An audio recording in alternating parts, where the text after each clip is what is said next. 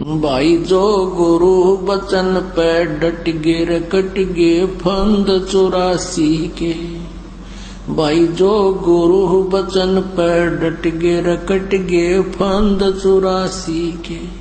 Cut गे फंद 84 के रकट गे फंद 84 के। भाई जो गुरु बचन पे डट गे रकट गे फंद 84 के। बोलो सतगुरुदेव की जय। बंदी छोड़ कबीर साहेब की जय। बंदी छोड़ गरीबदास जी महाराज की जय। स्वामी रामदेवानंद जी गुरु महाराज की जय। सर्व संतों की जय। सर्व भक्तों की जय। धर्मी पुरुषों की जय। श्री काशी धाम की जय। श्री छुडानी धाम की जय। श्री करोथा धाम की जय। श्री बरवाला धाम की जय। सत साहिब। गरीब नमो नमो सतपुरुष को नमस्कार गुरु की नहीं। सुर नर मुनि जन साधुआ संतों सर्वसदी नहीं। सतगुरु साहेब संत सब डंडो तुम प्रणाम। आगे पीछे मध्य हुए तिनको जा कुर्बान। नराकार निर्विषम काल जाल वै भंजनम। निर्लेपम निज निर्गुणम अकल अनुबेशोधनम। सोहम सुरति समाप्तम सकल समाना नीरतलय। उज्ज्वल हिरंबर हरदमम बेपरवा अथा है वार पार नहीं मध्यतम। गरीब जो सुमर सिद्ध होई गणनायक गलताना। करो अनुग्रह सोई पारस पद परवाना। आदि गणेश मनाऊं गणनायक देवन देवा। चरण कमल लाऊं आदंत करूं सेवा। परम शक्ति संगीतम रिद्धि सिद्धिदाता सोई। अवगत गुण अतीतम सत्य पुरुष निर्मोही। जगदम्बा जगदीशम मंगल रूप मुरारी। तन मन अर्पों शीशम भक्ति मुक्ति भंडारी। सुर नर मुनि जन ध्यावें ब्रह्मा विष्णु महेशा। शेष सहस मुख गावें पूजें आदि गणेशा। इंद्र कुबेर सरीखा वरुण धर्म राय ध्यावें। समर्थ जीवन जी का मन इच्छा फल पावें। 33 कोटि अधारा जावें 88। उतरे भव जल पारा कट है यम के फांसी। 33 कोटि अधारा जावें 88। उतरे भव जल पारा कट है यम की फांसी। सत साहिब। कर जोरूं विनती करूं धरूं चरण पर शीश। गुरु राम देवानंद जी महाराज ने दियो नाम बख्शीश। कोटि कोटि सिजदा करूं कोटि कोटि प्रणाम। चरण कमल में राखियो मैं बांधी जाम गुलाम।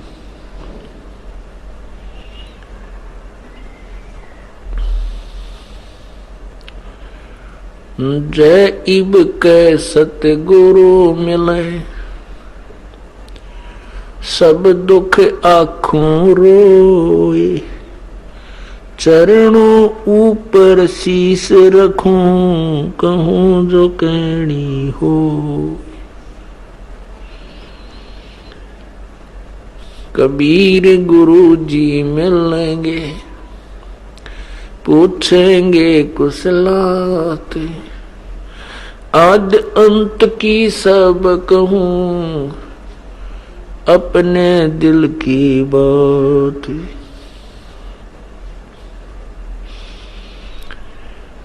गुरु जी तुम ना भूलियो चाहे लाख लोग मिल जाएं, हमसे तुमको बहुत है,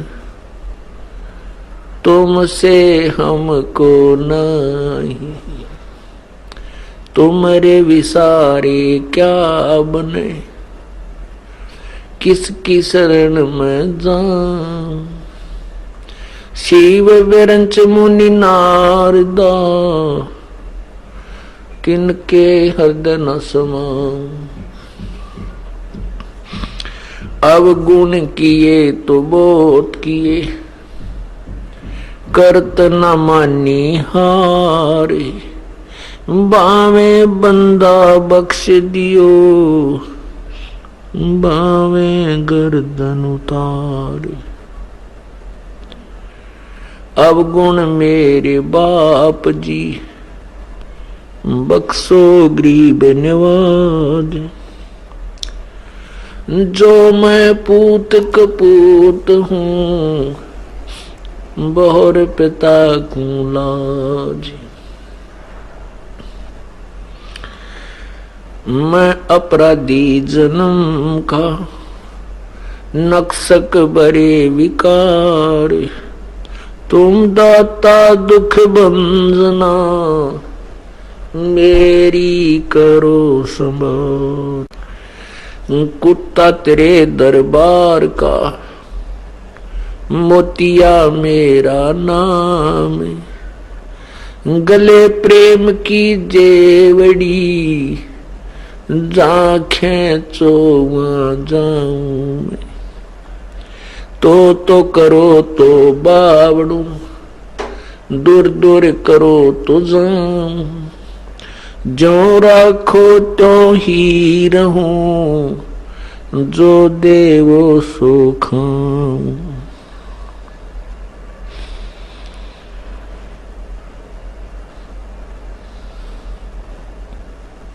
बंदे तू कर बंदगी, जे चावे दीदार।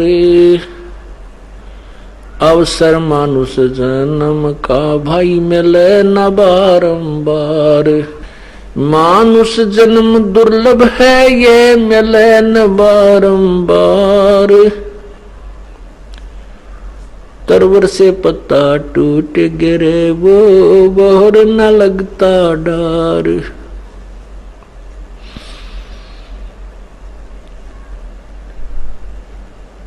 पतझड़ आवत देख कर, बन रोवे मन माही। ये ऊंची डारी पात थे, अब पीले हो जाही। पात झड़ता न्यू कहे, सुन भई तरवर राय। अब के बिछड़े नहीं मिले, न जाने कहाँ गिरेंगे जाए।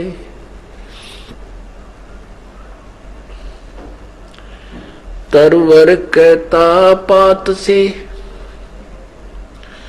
तरवर कहता पात से, सुनो पात एक बात। यहाँ की यह रीति है, एक आवत एक जात। साथी हमारे चले गए, हम भी चालन हार। भाई कागज में बाकी रह रही, तात लगी है वार। वो पृथ्वीपति चकवे गए, जिनके चक्र चलंत। रावण श्रीखे कौन गिने, ऐसे गए अनंत।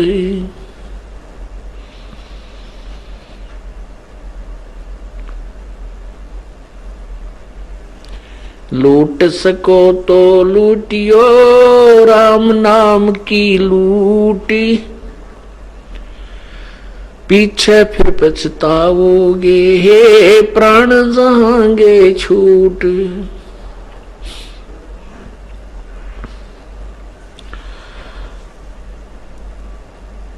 राम रटत कोढ़ी भलो, चू चू पड़े जो चाम।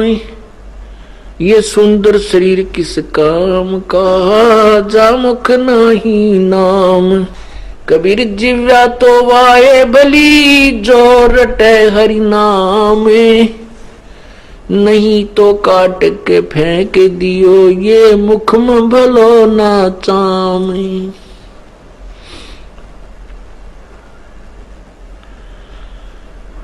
राम रटत कन्या भली, साकट भलो न पूत।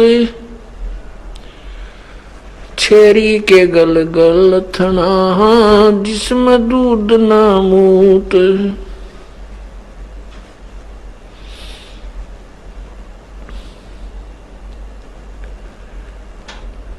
परम पिता परमात्मा, सारी सृष्टि के रचनहार, कुल मालिक कबीर देव, कबीर परमेश्वर अपनी प्यारी आत्माओं को अपने निज स्थान का ज्ञान कराने के लिए स्वयं ही इस धरातल पर आते हैं और अपने तत्व ज्ञान का वो प्रचार करते हैं। आज आपने सत्संग में सुना कि अपनी प्यारी आत्मा धर्मदास जी को वो तत्व ज्ञान बताया कि ये काल कौन है, ब्रह्मा विष्णु महेश ये तीनों की क्या स्थिति है, ब्रह्मा विष्णु महेश के माता पिता कौन हैं,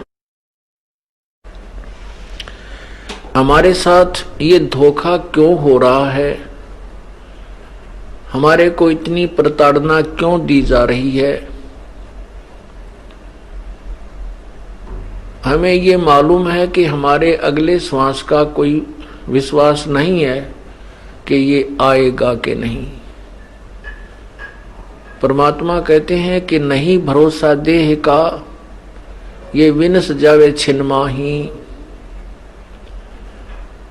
फिर इसका समाधान भी बताते हैं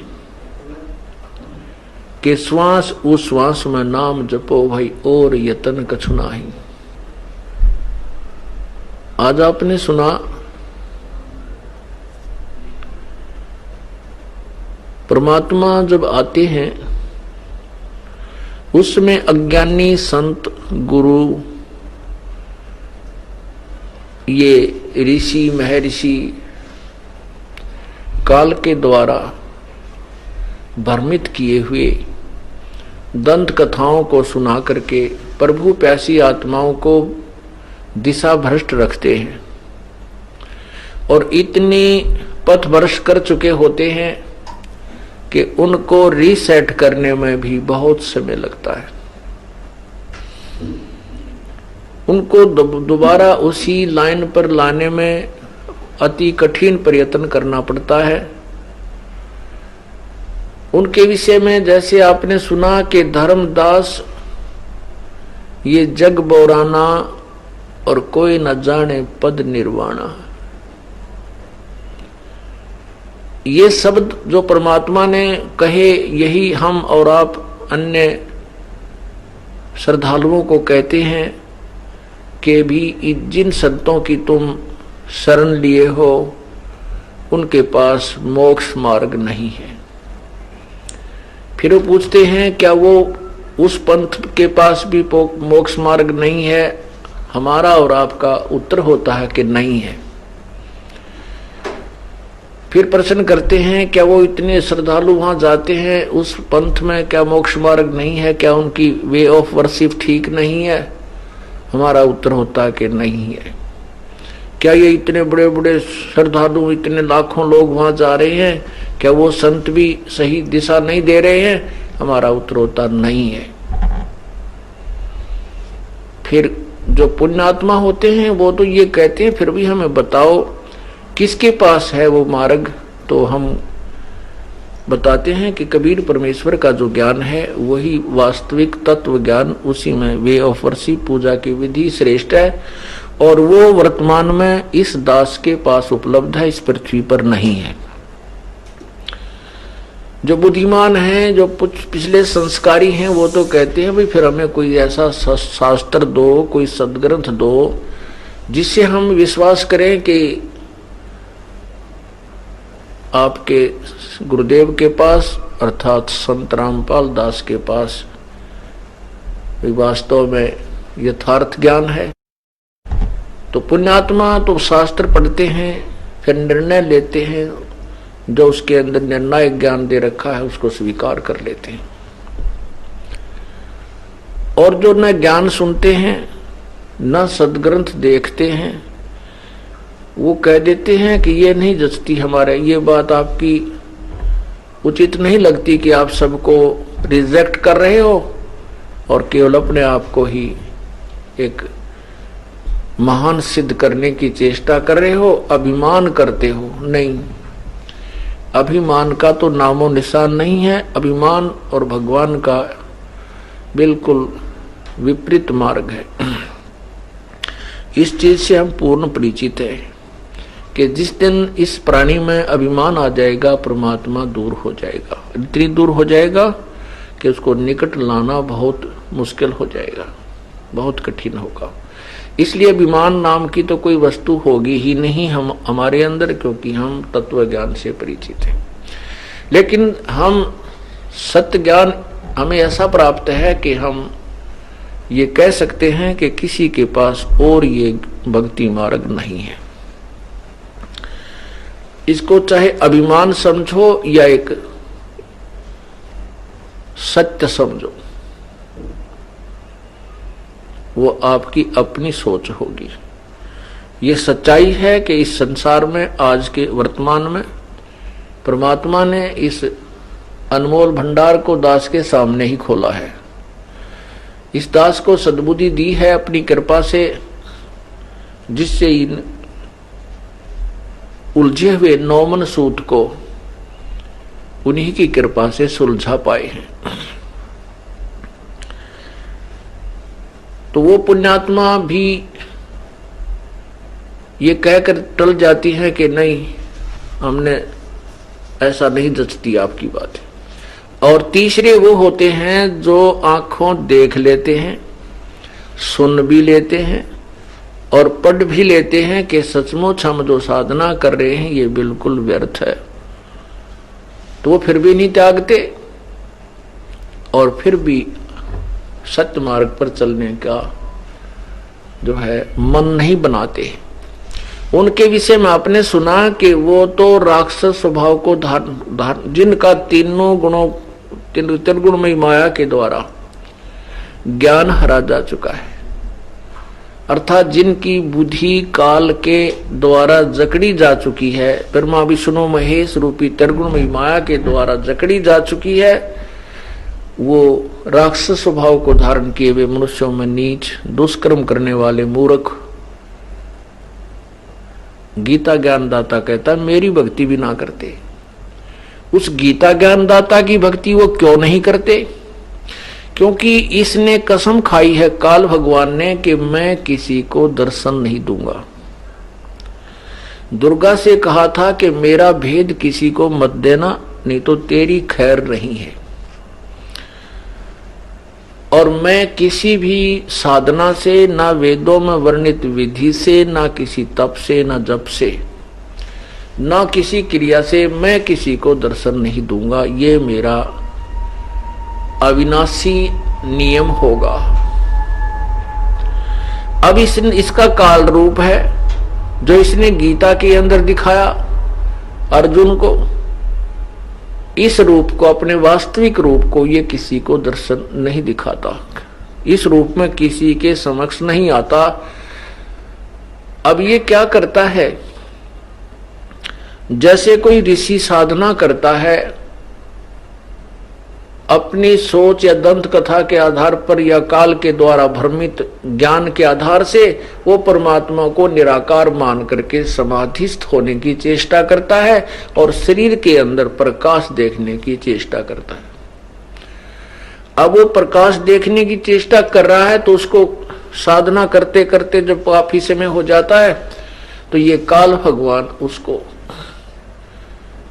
या तो विष्णु रूप में दर्शन देता है या शिव रूप में दर्शन देता है या ब्रह्मा रूप में दर्शन देता है। तो वो साधक ये सोच लेता है कि ये विष्णु जो है यही भगवान है, मैंने समाधि दशा में इसका साक्षात्कार किया है। फिर वो ऋषि वहां से उठकर चल पड़ता है कि मुझे भगवान मिल गया। वो कहां जाता है? विष्णु जी के पास पहुंच जाता है।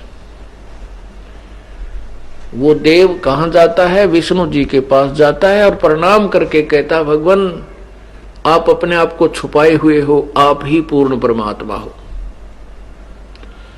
अब विष्णु जी फूल कर कुपा हो जाते हैं। अब ये काल क्या करता है कि दूसरा कोई साधना कर रहा है साधक, तो उसको शिव रूप में दर्शन दे देता है।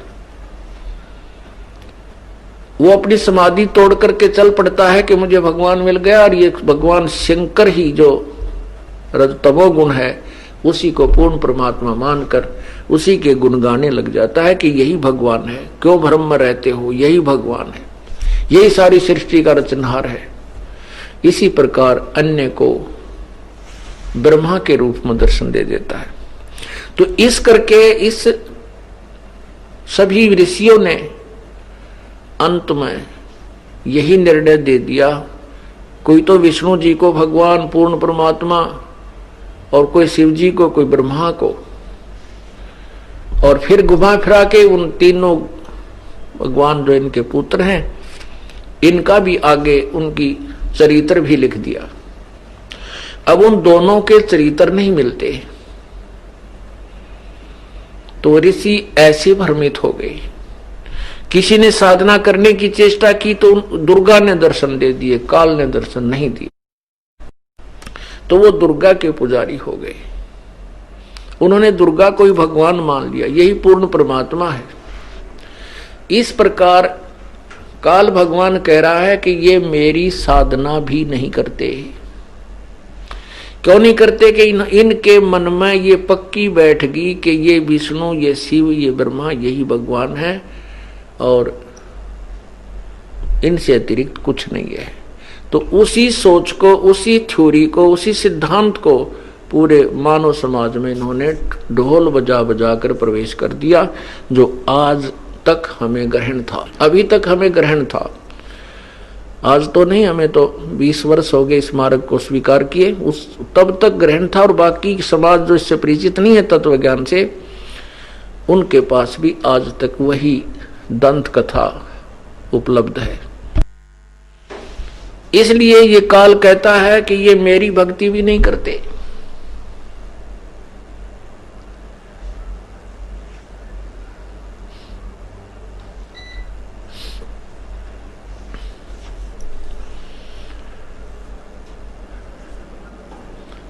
आपने सुना था कि धर्मदास मैं कहूं चिताई, त्रिदेवन की उत्पत्ति भाई।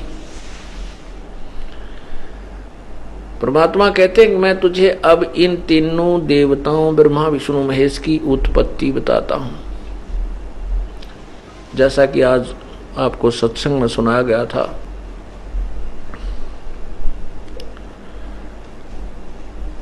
और फिर परमात्मा ने बाद में कहा है कि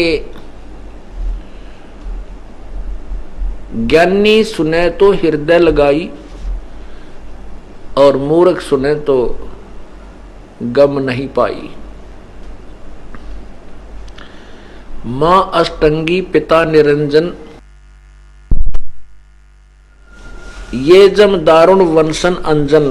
पहले कीन निरंजन राई, और पीछे से माया उपजाई।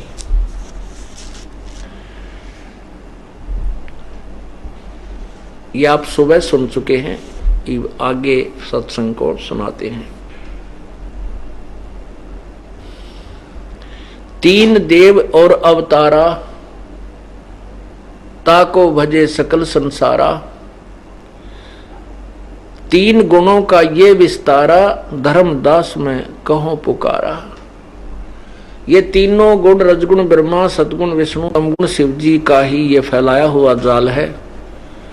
और इसमें मुख्य ये काल है, ज्योति निरंजन है, ये ब्रह्म है। तीन गुणों की भक्ति में ये भूल पड़ो संसार।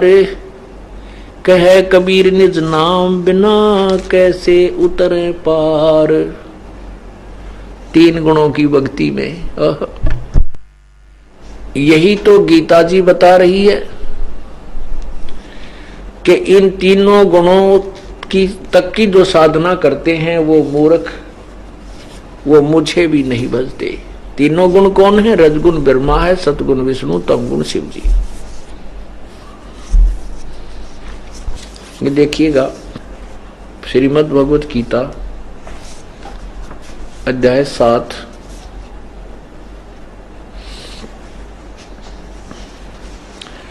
ये मंत्र 13 है। इसमें कहा है गुणों के कार्य रूप सात्विक, राजस और तामस, इन तीनों प्रकार के भावों से ये सारा संसार प्राणी समुदाय मोहित हो रहा है। इसलिए इन तीनों गुणों से परे मुझ अविनाशी को नहीं जानता। वैसे तो इसका अर्थ सुबह बताया था, वो है कि ये कहता है कि ये लोग जो ब्रह्मा विष्णु महेश तीनों गुणों तक की साधना पर आधारित हैं, ये मुझे और उस अविनाशी को नहीं जानते। तो इससे सिद्ध है कि इन तीनों गुणों से परे, अर्थात रजगुण ब्रह्मा है, सतगुण विष्णु है, तमगुण शिव जी। अब यहां ये प्रकरण क्लियर करना आवश्यक हो जाता है कि रजगुण ब्रह्मा है, सतगुण विष्णु है, तमगुण शिव जी। पुण्यात्माओं,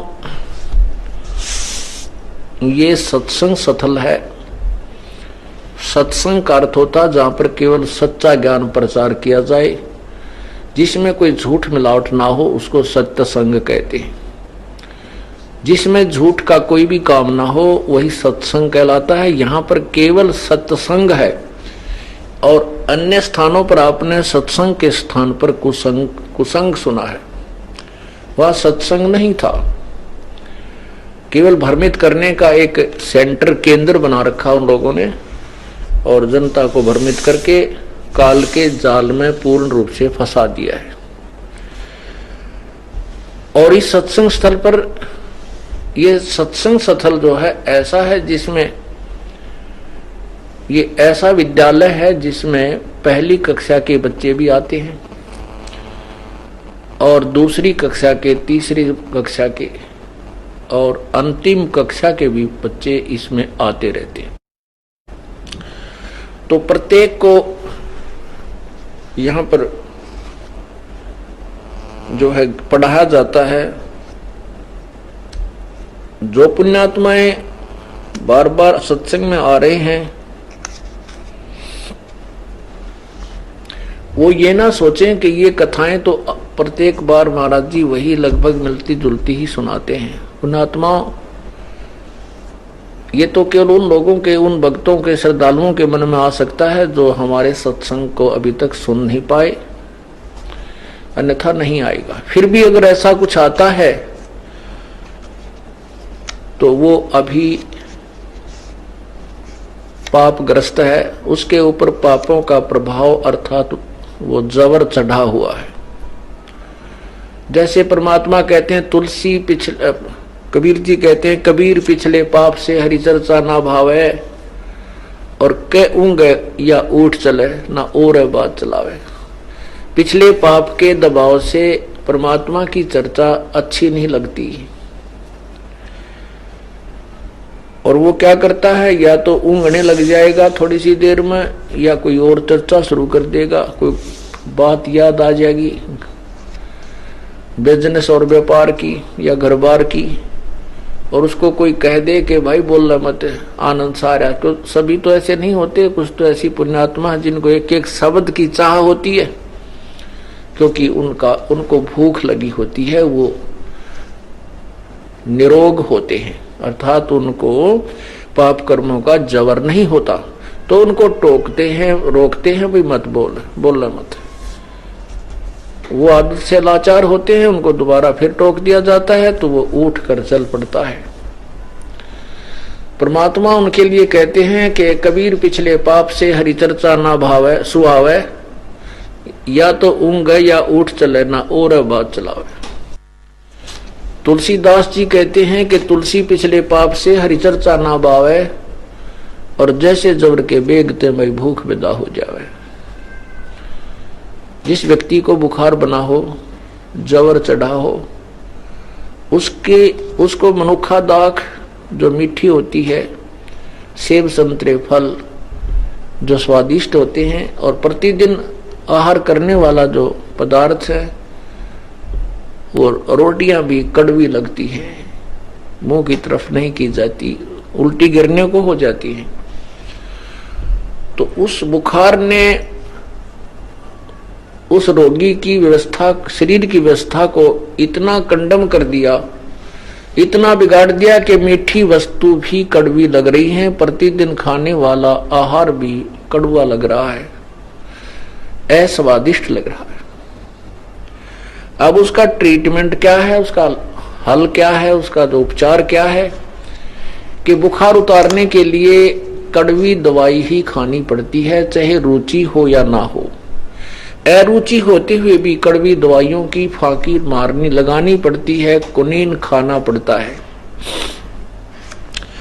और उसी से वो स्वस्थ होगा, अन्यथा वो अपने जीवन से हाथ धो बैठेगा।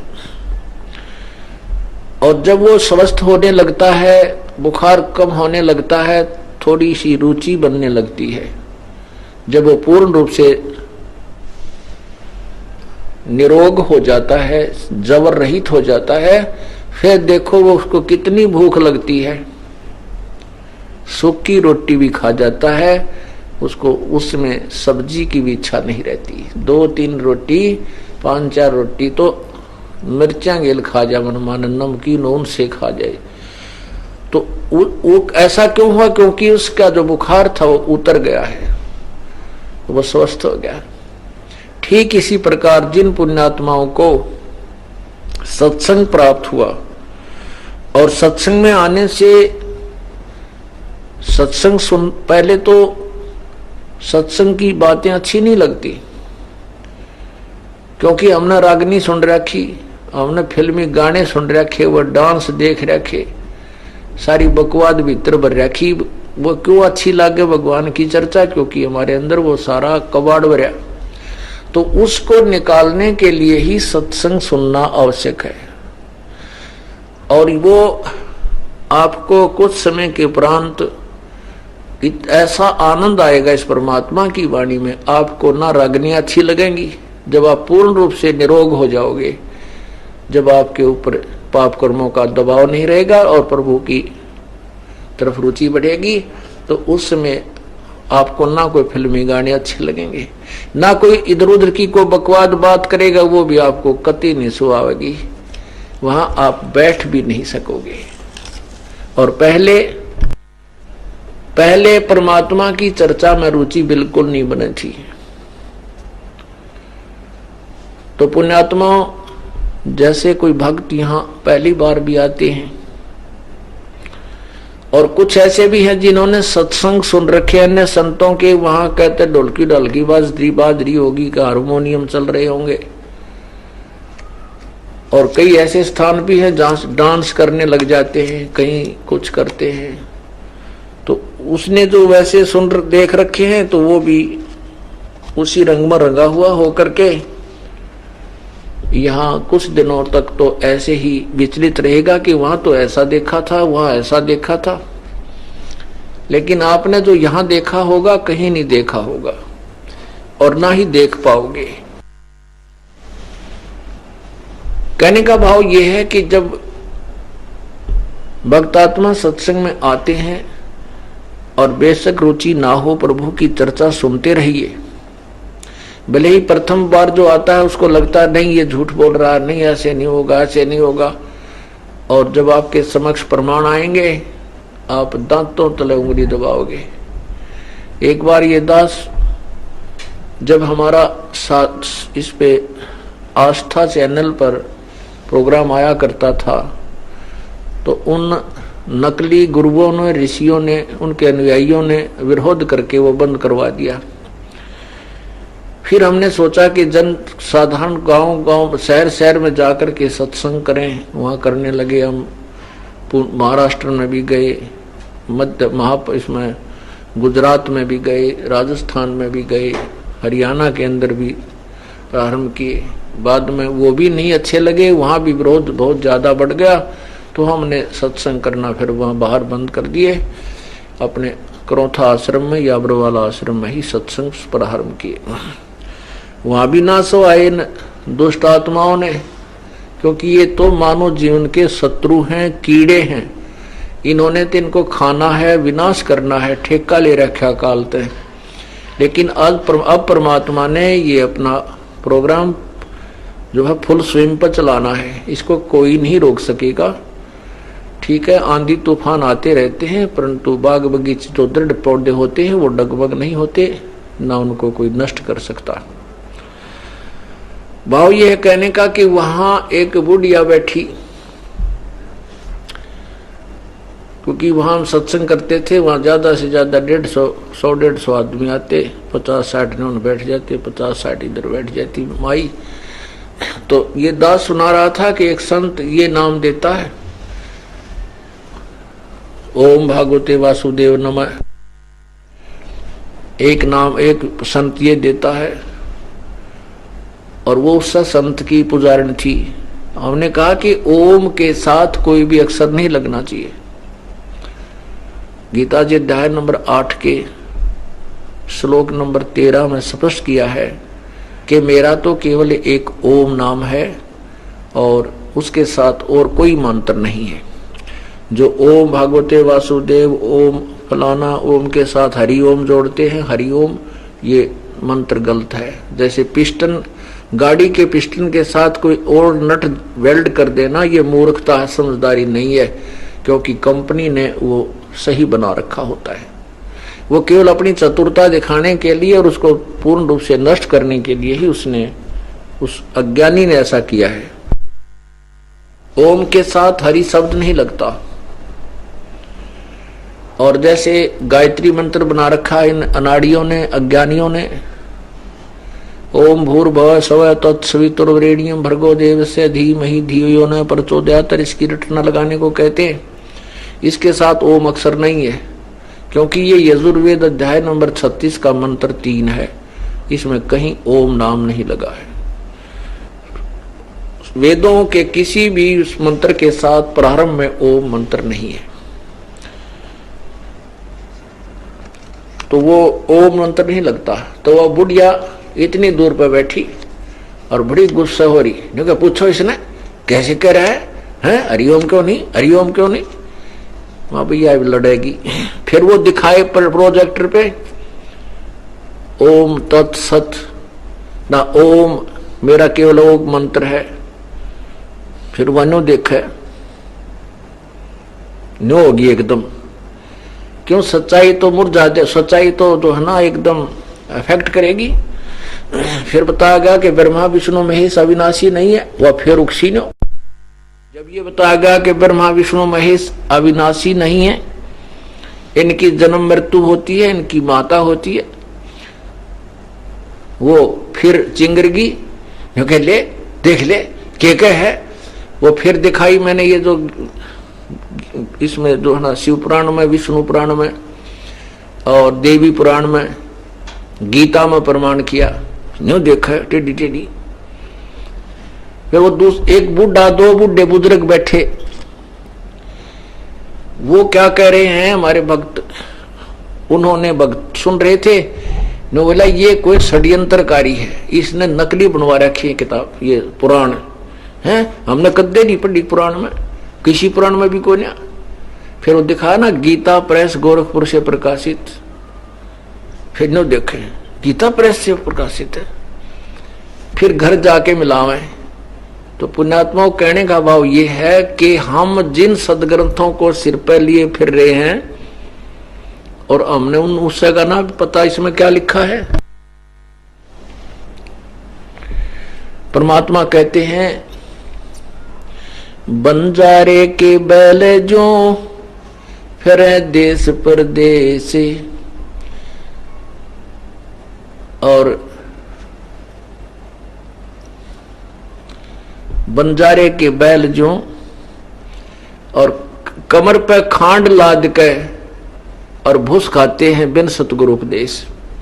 अब जैसे बैल होता है बंजारे का, उसके सिर पर उसके ऊपर खांड का बोरा भर रखा होता है और वो चारा खा रहा है, ऊपर कितनी बढ़िया माल उसके कमर पर रखा है ज्ञान बिना।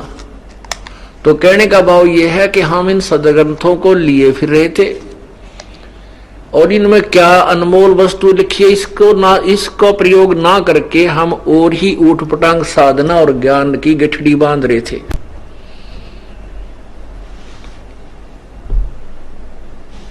भाव ये है दास का कहने का कि जितनी बार भी प्रभु की चर्चा सुनो उनमें आनंद आना चाहिए, आत्मा गद गद होनी चाहिए। पुराने भक्त हैं, नए भक्तों को तो थोड़ा सा देर में आएगा आनंद, लेकिन पुरानों को ये नहीं होना चाहिए कि यही कथाएं बार बार सुनाई जाती हैं। स्वस्थ होने के बाद वो रोगी उन्हीं रोटियों को प्रतिदिन सुबह और शाम खाता है, उसको बिल्कुल अरुचि नहीं होती क्योंकि वह स्वस्थ है। और जब वो स्वस्थ नहीं रहेगा, उसको उसमें अरुचि हो जाएगी, तो उसको फिर से वही ये समझ लेना कि जैसे आपने रोटी में अरुचि है या तो बदहजमी होगी, यानी रोग शुरू हो चुका है, या फिर बुखार की फिर से शिकायत है। उसका क्या इलाज है? उसका इलाज फिर वही है कि कड़वी दवाई खानी ही पड़ेगी। तो किसी कारणवश आपको ऐसा लगता है तो इस उदाहरण को हृदय में धार लेना। तो ना भी रुचि है तो सत्संग सुनते ही रहना, और कुछ देर के बाद फिर ऐसी रुचि आएगी, आनंद आ जाएंगे, क्यों वो थोड़ा बहुत कोई पाप शुरू हुआ था प्रभावित करना, वो फिर समाप्त हो जाएगा।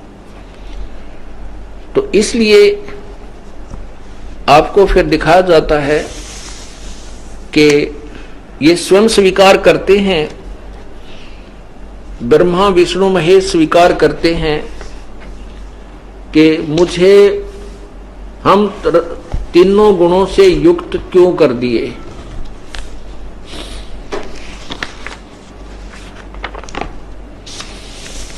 ये देखिएगा देवी महापुराण श्रीमद देवी भागवत,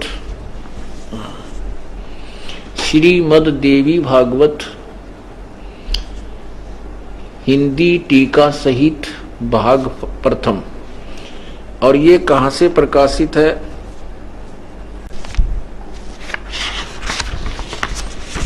ये देखिएगा अथ देवी भागवतम सभास टीकम सभाषा टीकम सभाटम। प्रकाशक हैं खेमराज श्री कृष्ण दास, प्रकाशन बंबई 4। और इसका अनुवादकर्ता कौन है? इसके तीसरे स्कंद में, ये प्रकाशक की लिखा है, इसमें अनुवादकर्ता नहीं मिला। इसके तीसरे स्कंद में लिखा है, ये पृष्ठ है 11 देवी भागवत और अध्याय 5 सकंद तीसरा, क्योंकि यहां से तीसरा सकंद प्रारंभ होता है। ये देखो श्रीमद भगवते अथ श्रीमद देवी भागवते भाषा टीका युक्ते तृतीय सकंद है प्रारंभते। ये तीसरा प्रारंभ होता सकंद। और यहां देखिएगा इसमें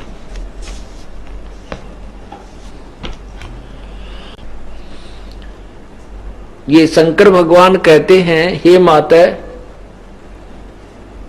यदि हमारे ऊपर सदा आप दया युक्त हो तो हमको तमोगुण में किस प्रकार प्रदान किया है।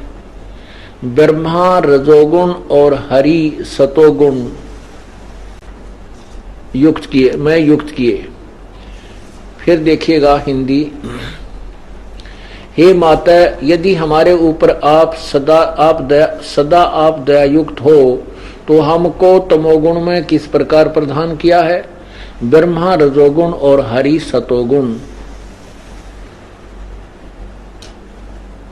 युक्त किए। ये तो आपने हिंदी देखा। अब देखिएगा इसी की संस्कृत। इसी में दोनों है, संस्कृत भी है और हिंदी भी। ये देखो, यदि दया धर्मना न सदाम्बिके कथम अहम विहित तमोगुण कमल जय माने कमल से उत्पन्न होने वाले ब्रह्मा, रजोगुण संभव है सुविहित, और किमु सतोगुणो हरि। इसका अनुवाद आप पढ़ चुके हैं। अब इससे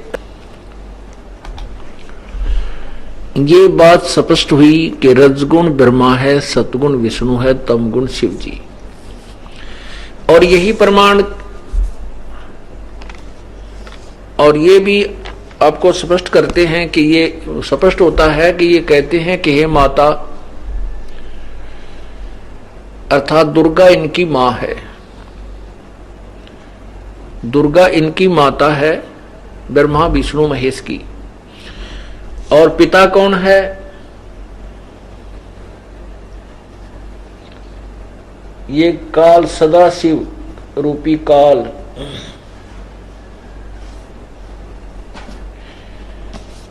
ये देखिएगा शिव पुराण। इस शिव पुराण के अंदर आपको जो सुबह बताई थी वही कथा स्पष्ट होगी। ये श्री शिव पुराण गीता प्रेस गोरखपुर से प्रकाशित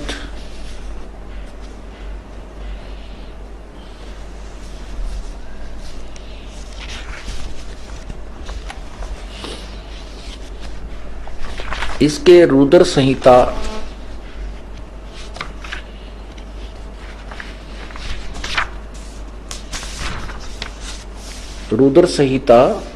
अध्याय नंबर 6-7 आपको पढ़ के सुनाते हैं। ये देखिएगा, रुद्र संहिता पृष्ठ 99। इसमें ब्रह्मा जी ने अपने पुत्र नारद को बताया, ऋषि नारद को कहा, ब्रह्मन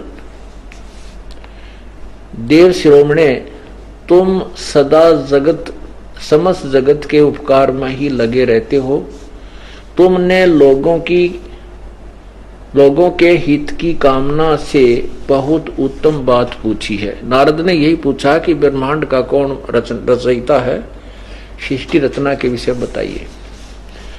जिसके विषय में सुनने से संपूर्ण लोकों के समस्त पापों का अक्षय हो जाता है। यह अनामय शिवतव को मैं तुमसे वर्णन करता हूं। शिवतव का स्वरूप बड़ा ही उत्कृष्ट है और अद्भुत है, जिसमें समस्त चराचर जगत नष्ट हो गया था। सर्वत्र केवल अंधकार ही अंधकार था।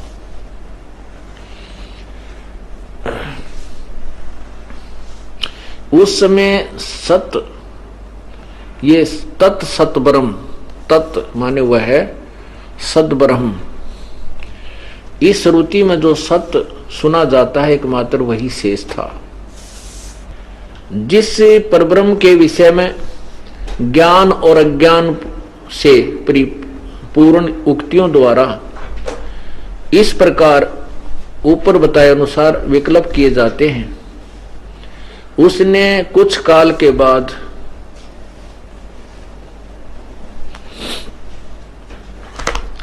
द्वितीय की इच्छा प्रकट की। उसके भीतर एक से अनेक होने का संकल्प उदित हुआ।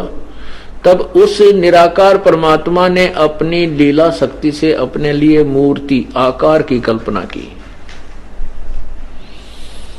यहां देखिएगा, जो मूर्ति रहित परब्रह्म है, परम ब्रह्म है, परम, जो मूर्ति रहित परम ब्रह्म है उसकी मूर्ति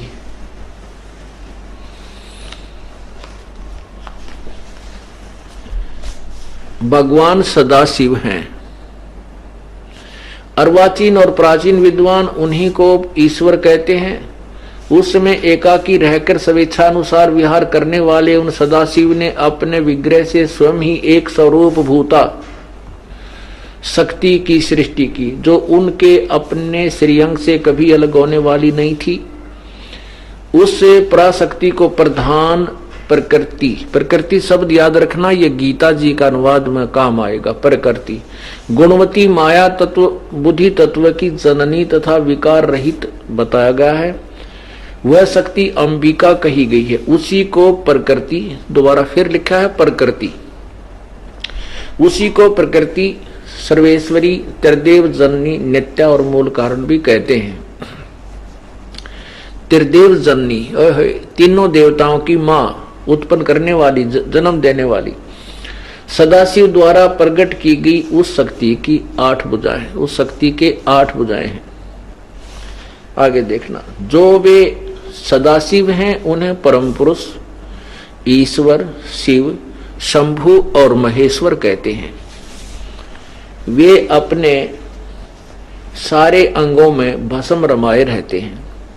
उन काल रूपी ब्रह्म ने एक ही समय में शक्ति के साथ, ये नाथ नहीं है, शक्ति के साथ शिवलोक नामक अक्षेत्र का निर्माण किया था। उस उत्तम अक्षेत्र को काशी कहते हैं।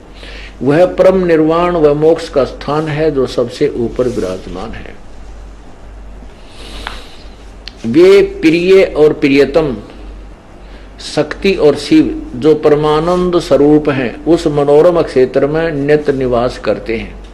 वे प्रिया और प्रियतम यानी पति पत्नी रूप में शक्ति और शिव, ये दुर्गा और ये काल, उस परमानंद रूप स्वरूप में उस मनोरम क्षेत्र में नित्य निवास करते हैं।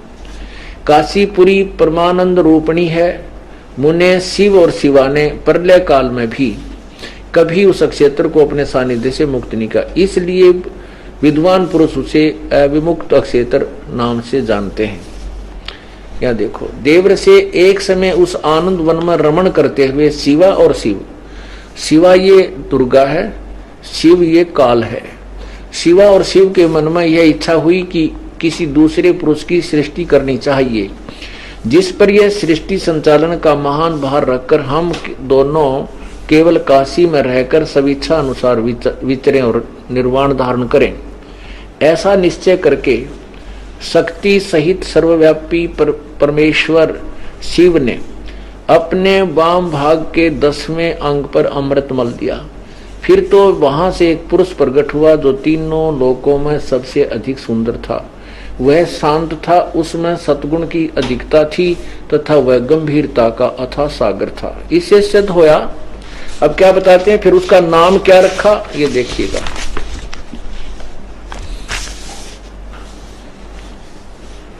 तदंतर उस पुरुष ने परमेश्वर शिव को प्रणाम करके कहा, स्वामिन मेरे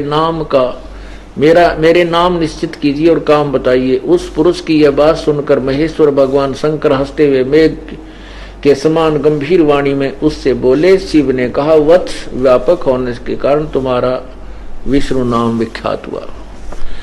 अपनात्माओं, एक तो ये सिद्ध हुआ कि ये काल रूपी ब्रह्म ये ज्योति निरंजन है, और ये भी सिद्ध हुआ कि दुर्गा को प्रकृति भी कहते हैं और ये त्रिदेव जननी है, और यही इन दोनों के संयोग से विष्णु जी का जन्म हुआ।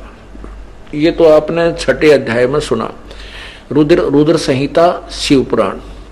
और अब 7वें में ब्रह्मा की उत्पत्ति भी इन्हीं से। ये देखिएगा अध्याय 7 रुद्र संहिता 103 पृष्ठ पे। ये 6 अध्याय 6 यहां समाप्त हो जाता है। अब यहां 7 प्रारंभ होता है। ब्रह्मा जी कहते हैं, देवर से तत्पश्चात कल्याणकारी परमेश्वर शाम सदाशिव ने पूर्ववत प्रयत्न करके मुझे अपने दाहिने अंग से उत्पन्न किया। मुने उन महेश्वर ने मुझे तुरंत ही अपनी माया से मोहित करके नारायण देव के नाभि कमल में डाल दिया और लीला पूर्वक मुझे वहां से प्रकट किया। अब ये सिद्ध हुआ कि ब्रह्मा की उत्पत्ति और विष्णु जी की उत्पत्ति इस काल रूपी ब्रह्म और दुर्गा से हुई। ये इनके माता पिता हैं। अब यहां लेखक बीच में विचलित हो जाता है, उसको स्पष्ट करने के लिए देखिएगा अध्याय नंबर 9 में इन चारों का वर्णन है। ये है प्रश्न नंबर 110 पे।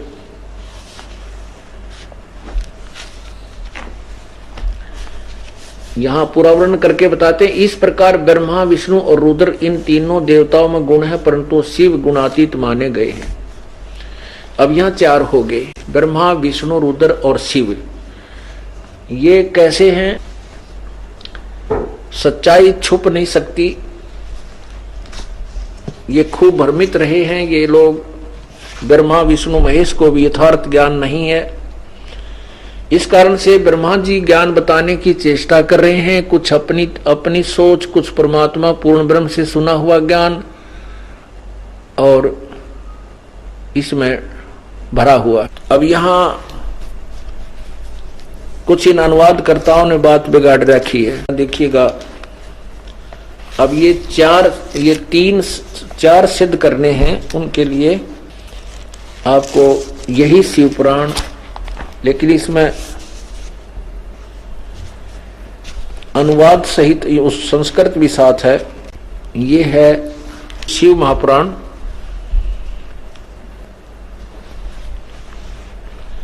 ये शिव महापुराण हिंदी टीका सहित। इसके ये कहां से प्रकाशित है? ये है श्री शिव महापुराण,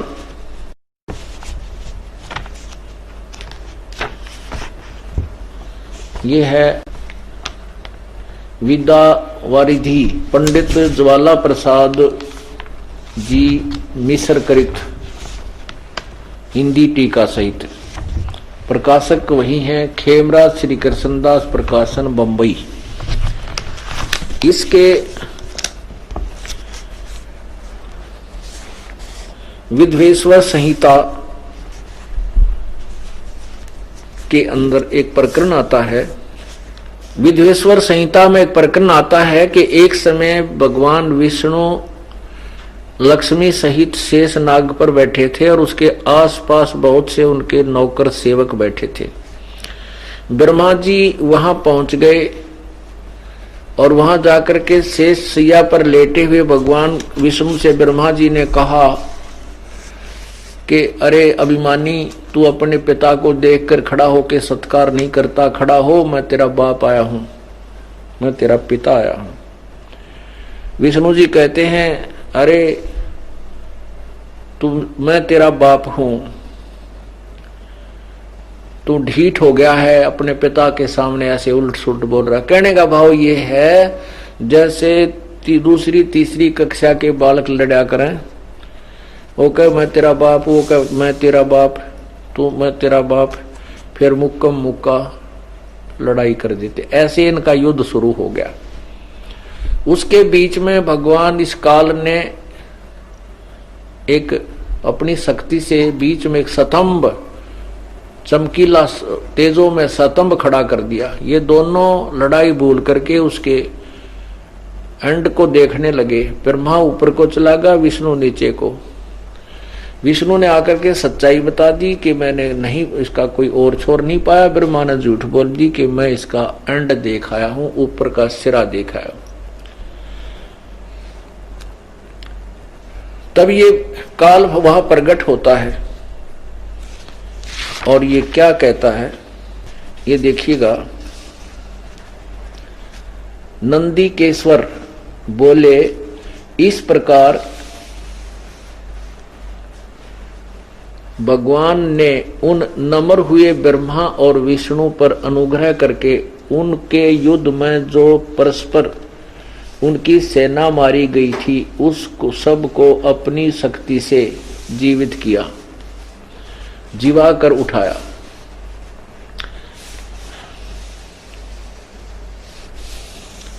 अब वो काल क्या कहता है कि मेरे सकल और निष्कल भेद से दो स्वरूप हैं, परंतु और विश्व ईश्वर नहीं है, कारण इनमें दो रूप नहीं हो सकते।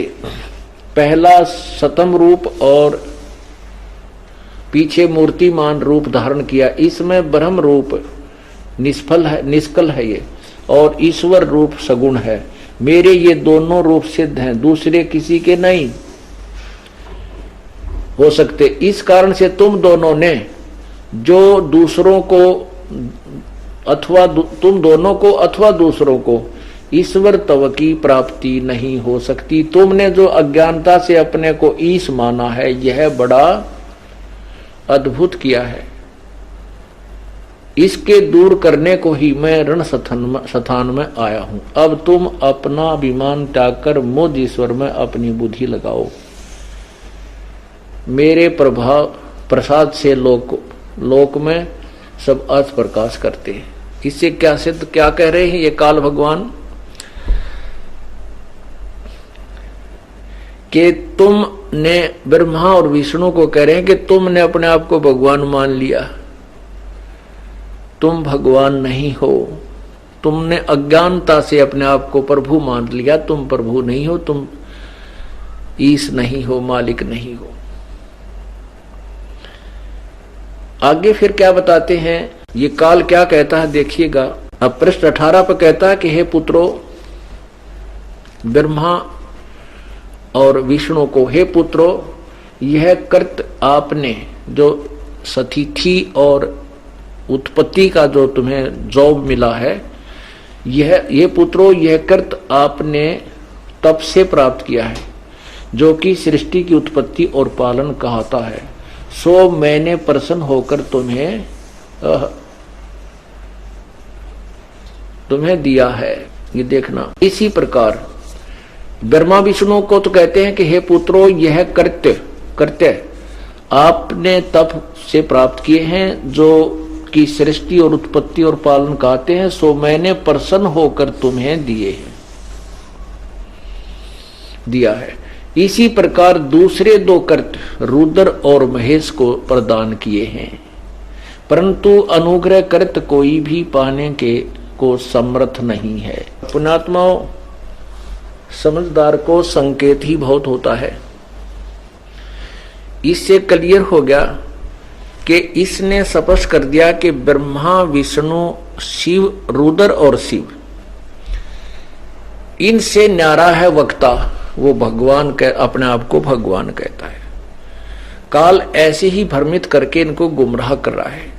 आपने देखा कि ब्रह्मा ने अपने आप को कैसे भगवान माना कि मैं तेरा उत्पत्ति करता हूं। ब्रह्मा कहता है कि मेरे से विष्णु तेरी उत्पत्ति हुई है, क्योंकि ब्रह्मा पुराण में ऐसा ही लिखा है। और विष्णु कहता है कि मेरे से तेरी उत्पत्ति हुई है, क्योंकि विष्णु पुराण में ऐसा ही लिखा है।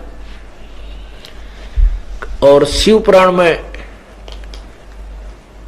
शिव जी से ब्रह्मा और रुद्र और विष्णु की उत्पत्ति लिखी है। अब क्या रहा है कि जैसे ब्रह्मा जी कमल के फूल पर पाए और वो कमल विष्णु की नाभि से बाहर आया, तो ये सोच, अब जैसे फिर उन समाधि लगाई उन ऋषियों ने, अंत में उन्होंने, किसी ने तो ब्रह्मा रूप में काल के दर्शन प्राप्त हुए, किसी ने शिव रूप में, किसी ने विष्णु रूप में। तो वो जाकर के इनको कहते हैं कि हे भगवान, आप ही परमात्मा हो और आपकी नाभि से ब्रह्मा उत्पन्न हुआ। तो ब्रह्मा विष्णु फूल गया। उधर ब्रह्मा को जाकर कहते हैं कि आप ही मालिक हो, आप ही विष्णु और शिव के उत्पत्ति करता हो। तो वहां विष्णु ब्रह्मा जी खुश हो गए कि मैं ही इनका उत्पत्ति करता हूं, पर इन बेरा क्या है कभी को नहीं। तो ऐसे इनकी लड़ाई होगी। इन्होंने उन औरों के कहने से ये मान लिया कि सचमुच ये मेरे से ही उत्पन्न हुए होंगे, विष्णु उत्पन्न हुआ होगा। और विष्णु ने ये मान लिया कि ब्रह्मा मेरे से उत्पन्न हुआ होगा, सभी कह रहे हैं। तो काल ऐसे हमें उलझ पुलझ कर रहा है। जबकि परमात्मा ने ये तत्व ज्ञान, जबकि परमात्मा कबीर परमेश्वर ने यही तत्व ज्ञान अपने अमृतवाणी में 600 वर्ष पहले लिपिबद्ध करवा दिया था, जो आज इन्हीं सभी सदग्रंथों में प्रमाणित है। इसमें क्या है, ये सिद्ध हो गया कि ब्रह्मा विष्णु और शिव भगवान नहीं है, ये समर्थ नहीं है। और ये भी सिद्ध हो गया कि इनके उत्पत्ति करता, इनके माता पिता दुर्गा और काल हैं। ये भी सिद्ध हो गया कि रजगुण ब्रह्मा है, सतगुण विष्णु है, तमगुण शिव जी है। अब आपने शिव पुराण में देखा कि इस दुर्गा को, अब ब्रह्मा ने कबीर परमात्मा से सृष्टि रचना सुनी थी। परमात्मा आए थे, चारों युगों में आते हैं। सबसे पहले ब्रह्मा से मिले थे, सबसे पहले ब्रह्मा जी से मिले थे और ब्रह्मा को ये सारी सृष्टि रचना सुनाई थी। फिर विष्णु को मिले, फिर शंकर को मिले, उनको भी ज्ञान बताया था। एक बार तो उन्होंने रुचि कर सुना, लेकिन बाद में काल प्रेरणा से उन्होंने प्रभु की बात को नहीं स्वीकारा। तो ब्रह्मा ने वो कबीर परमेश्वर से सुना हुआ कुछ ज्ञान और कुछ अपने अनुभव का, जैसी उसकी बुद्धि ने काम किया, उस ज्ञान से वेद पुराणों की रचना की। पुराण वैसे एक ज्ञान है, इसमें वक्ताओं ने फिर जो जिसने सुना, जैसे ब्रह्मा ने तो सबको बताया अपने वंशजों को, फिर जिसने ऋषि ने आगे किसी को बताया, सुना सुनाया ज्ञान, वो आगे उसी के नाम से पुराण शास्त्र बन गया। अलग अलग नाम रखे गए। अब जो विष्णु का उपासक था, उसने विष्णु रूप में भगवान के दर्शन हुए, तो उसने विष्णु पुराण को ही, विष्णु के ऊपर ही सारा मंड दिया, लेकिन फिर भी सच्चाई को नहीं छुपा सके, क्योंकि विष्णु जी और काल भगवान जो विष्णु कहा गया है, उसके चरित्र में बहुत अंतर है। तो इसमें एक तो प्रकृति शब्द आया है कि उस देवी को, दुर्गा को प्रकृति कहते हैं, और उस काल भगवान ने यानी सदाशिव ने अपने शरीर से एक स्त्री उत्पन्न की।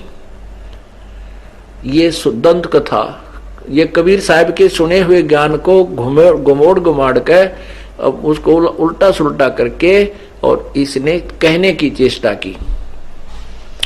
और ये स्पष्ट हुआ, जैसा आपको सुबह बताया था, कि परमात्मा ने इस काल के शरीर से दुर्गा को निकाला था, और वही अष्टंगी कहलाती है, वो 8 भुजाएं वाली है, और प्रकृति भी उसी का नाम है। अब देखिएगा, ये गीता अध्याय, श्रीमद् भगवत गीता अध्याय 7 में ये श्लोक 4 और 5 का अनुवाद है। पृथ्वी, जल, अग्नि, वायु, आकाश, मन, बुद्धि और अहंकार भी इसी प्रकार ये 8 प्रकार से विभाजित मेरी प्रकृति है। यह 8 प्रकार से भेदों वाली तो परा अपरा अर्थात मेरी जड़ प्रकृति है। और हे माँ भाव, इससे दूसरी को, जिससे संपूर्ण जगत धारण किया जाता है, मेरी जीव रूपा परा अर्थात चेतन प्रकृति जान। वो प्रकृति होगी, एक तो जड़ प्रकृति है क्योंकि हमारे शरीर में की प्रकृति बनी हुई है, और दूसरी प्रकृति ये दुर्गा है। इसके लिए आप पढ़िएगा 14वां अध्याय, देखिएगा अध्याय नंबर 14, चतुर्दशो अध्याय। इसमें प्रथम मंत्र में, प्रथम श्लोक में कहा कि ज्ञानों में भी अति उत्तम उस परम ज्ञान को मैं फिर कहूंगा, जिसको जानकर सब मुनिजन इस संसार से मुक्त होकर परम सिद्धि को प्राप्त हो गए। अब देखना, इस ज्ञान को आश्रय करके अर्थात धारण करके मेरे स्वरूप को प्राप्त हुए पुरुष सृष्टि के आदि में उत्पन्न नहीं होते और प्रलय काल में भी व्याकुल नहीं होते। क्या बताता है? अब क्या ज्ञान है वो कि तीसरे श्लोक में 14वें अध्याय के, हे अर्जुन, मेरी महत ब्रह्म रूप मूल प्रकृति संपूर्ण भूतों और अर्थात प्राणियों की योनि है, अर्थात गर्भाधान स्थान है, और मैं उस योनि में चेतन समुदाय गर्भ को स्थापन करता हूँ। उस जड़ चेतन के संयोग से सब प्राणियों की उत्पत्ति होती है, भूतों की यानी प्राणियों की उत्पत्ति होती है। अब ये 4 नंबर श्लोक देखो, ये 4 नंबर श्लोक यहां आ जाए। हे अर्जुन, नाना प्रकार की सब योनियों में जितनी मूर्तियां अर्थात शरीरधारी प्राणी उत्पन्न होते हैं, प्रकृति उनकी गर्भ धारण करने वाली माता है, और मैं बीज को स्थापन करने वाला पिता हूं। 5 में स्पष्ट किया है कि हे अर्जुन, सतगुण, रजगुण और तमगुण ये तीनों प्रकृति से उत्पन्न तीनों गुण अविनाशी जीव आत्मा को संसार में बांधते हैं। अब स्पष्ट हो गया कि प्रकृति दुर्गा है और प्रकृति 2 है, एक जड़ एक चेतन है। ये चेतन प्रकृति से लिखा है कि ये प्रकृति से उत्पन्न तीनों गुण, रजगुण ब्रह्मा, सतगुण विष्णु, तमगुण शिव जी, इस अविनाशी जीवात्मा को यहीं फंसा कर रखते हैं, कर्मों के बंधन में बांधे रहते हैं। ये भी सिद्ध हो गया कि दुर्गा इस काल की गीता ज्ञान दाता ब्रह्म की पत्नी है, और ये इनका ब्रह्मा विष्णु महेश का पिता है, दुर्गा इनकी माँ है। अपनात्मा सभी सदग्रंथ प्रमाणित कर रहे हैं जो परमात्मा ने 600 साल पहले कहा था, जो परमात्मा ने 600 वर्ष पहले ज्ञान बताया था, और इन अज्ञानी संतों ने, ऋषियों ने उस ज्ञान को रिजेक्ट कर दिया था, ये कहकर के कि कबीर अशिक्षित है, इसको सदग्रंथों का ज्ञान हो ही नहीं सकता क्योंकि ये संस्कृत को नहीं जानता।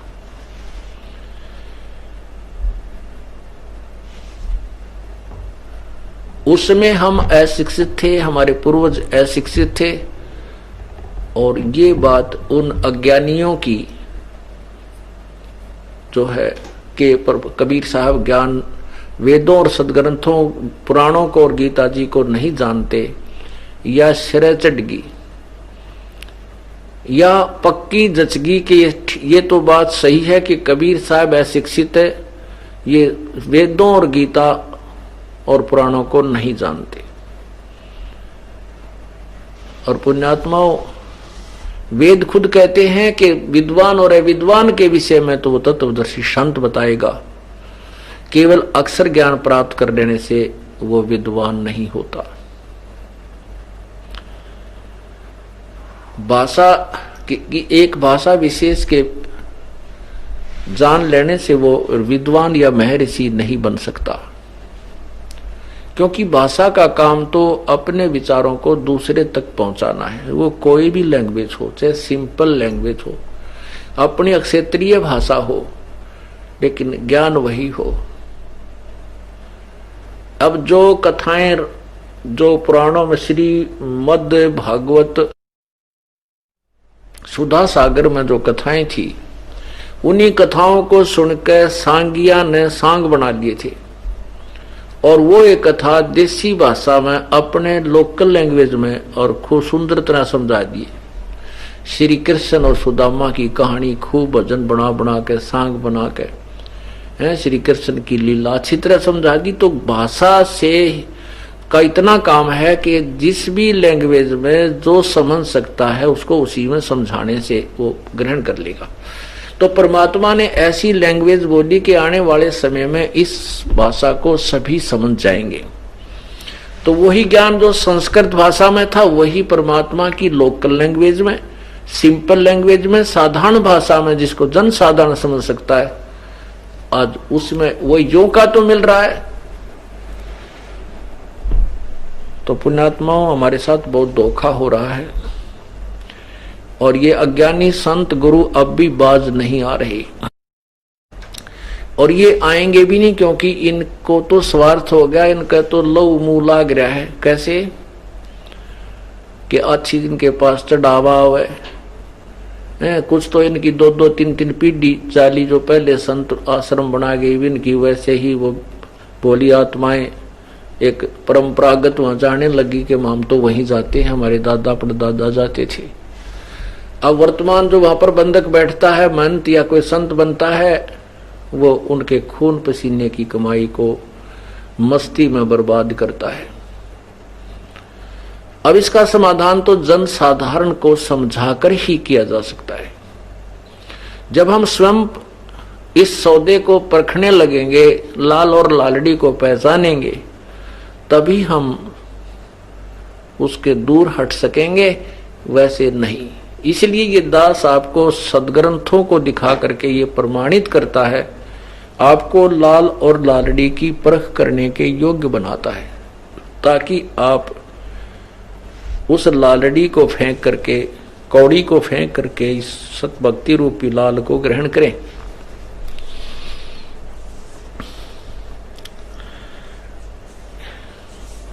एक नगर में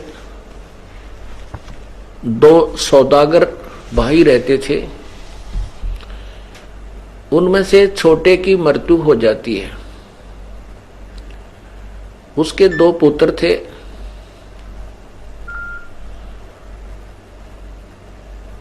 उनकी मां ने, जो विधवा हो गई थी, एक दिन अपने पुत्रों से कहा कि बेटा तुम अभी बच्चे हो, एक 14-15 वर्ष का था, दूसरा 16-17 वर्ष की आयु का लगभग था, कि तुम अभी आप बालक हो और बिजनेस व्यापार को नहीं कर पाओगे। आप अपने ताऊ जी के साथ लग के,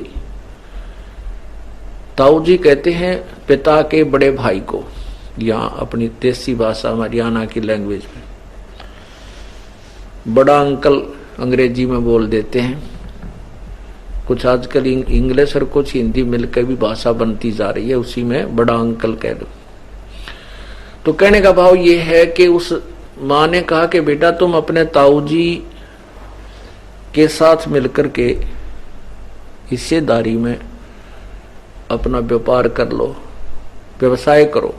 ये मेरे पास पैसे तो है नहीं पुत्र, तेरे पिता के समय के रखे हुए कुछ लाल हैं। बुढ़िया ने वो पोटली जो बांध रखी थी, गठड़ी लाल, वो बच्चों को दे दिए और कहा अपने ताऊ जी से कह दो कि ये लाल ले ले और कहीं इनको गिरवी रख ले, इनके उपलक्ष्य में पैसे ले ले और काम चला ले और हमारा हिस्सा कर ले। दोनों बच्चे माँ के द्वारा दिए गए उन लालों को की पोटली को, गठड़ी को लेकर चले गए। ताऊ जी से प्रार्थना की, ताऊ जी मेरी माता ने ऐसे ऐसे कहा है, हमारे पास पैसे नहीं है, मेरी माँ के पास मेरे पिता के समय के रखे हुए ये लाल हैं, इनको आप ले लीजिए और इनसे पैसे लेकर के हमारा पार्टनरशिप कर लीजिए।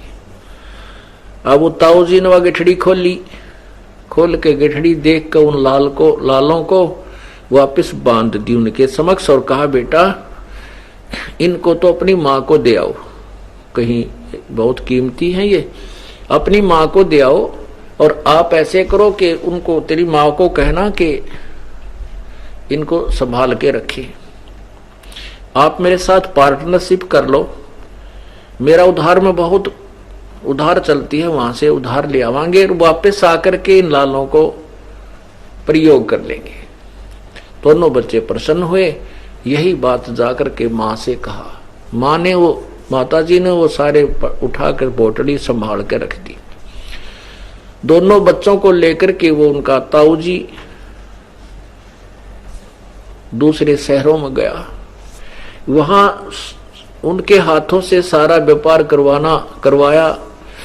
एक व्यापारी से 50,000 रुपए का सामान मोल लिया, उधार लिया, और जहां वो धर्मशाला में रुके हुए थे वहां आकर के उसने उन बच्चों से कहा बेटा ये ले जाओ, ये लाल है, और अपने उस सेठ को देकर आओ जिससे हम 50,000 रुपए का सामान उधार लाए हैं, और उनको कहना कि ये लाल आप रख लो, हम वापस आकर के आपके 50,000 रुपए दे देंगे और लाल अपना छुड़वा लेंगे। अब दोनों भाई उस लाल को, ताऊ के द्वारा दिए हुए लाल को लेकर के वहां पहुंचे उस सेठ के पास जिससे 50,000 रुपए का सामान खरीदा था। उससे कहा, सेठ जी मेरे ताऊ जी ने ये लाल दिया है, इसको आप रख लीजिए, गिरवी रख लो, रहन रख लो, और आपका जो 50,000 का सामान हम ले गए हैं, हम वापस आएंगे आपके 50,000 रुपए दे देंगे, अपना लाल ले लेंगे। अब उस सेठ ने एक व्यक्ति बुलाया जो पारखी होता है, जो लालों की परख करता है, जौहरी बोलते हैं उसको, जौहरी। उसे दिखा कि भी देखना ये लाल खरा है या खोटा। जौहरी ने उसको चेक करके बताया कि ये लाल नहीं है सेठ जी, ये तो लालड़ी है, या तो 100 रुपये की भी कोनी, और लाल तो 9 लाख रुपए का होता है उस समय की कीमत, अब तो 9 करोड़ का कह सकते हैं। तो सेठ ने वो लालड़ी जो थी वो बाहर मारी फेंक कर गली में दुकान से, और उन बच्चों को खरी खोटी सुनाई कि तुम्हारे ताऊजी ऐसे तो नहीं थे, अब उसकी नीत में खोट आ गया है, मेरे ते लालड़ी देवे, लाल तो 9 लाख का होता है, या लालड़ी है 200 की भी कोई ना है।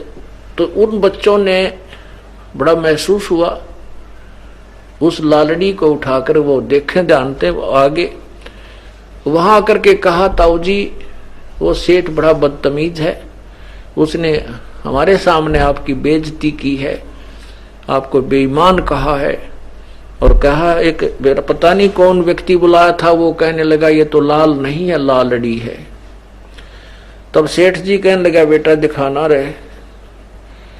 तो वो उनका ताऊ जी बोला, बेटा ये तो सचमुच लालड़ी है, ये लाल नहीं है, सेठ जी गलत नहीं कह रहे। और जो व्यक्ति आया था वो जौहरी था भाई, वो जौहरी परख करता है। अरे बेटा ये तो ओहो, ये इधर रखा था लाल, ले ये लाल ले जाओ, अरे ये है लाल बेटा, मेरे से धोखे से दे दी गई है लालड़ी, देख इनमें कितना अंतर है, ओहो बहुत फर्क है ना भाई। तो उन बच्चों के हृदय में लाल और लालड़ी की वो परख कराना चाहता था, और ये ठोकर लगी उनको, ऐसा कुछ झटका लगा तो और ध्यान से देखा उन्होंने, शीघ्र परख कर ली कि बहुत अंतर। कहा, ले अब जाओ ये कहो कि मेरे ताऊ जी को धोखा लग गया था, धोखे से लालड़ी दी गई, ये देखो लाल ले सेठ जी।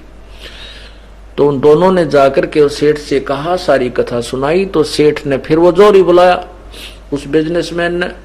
जौहरी ने आते ही उस लाल को परख के कहा कि हाँ ये ओके है, ये सही लाल है।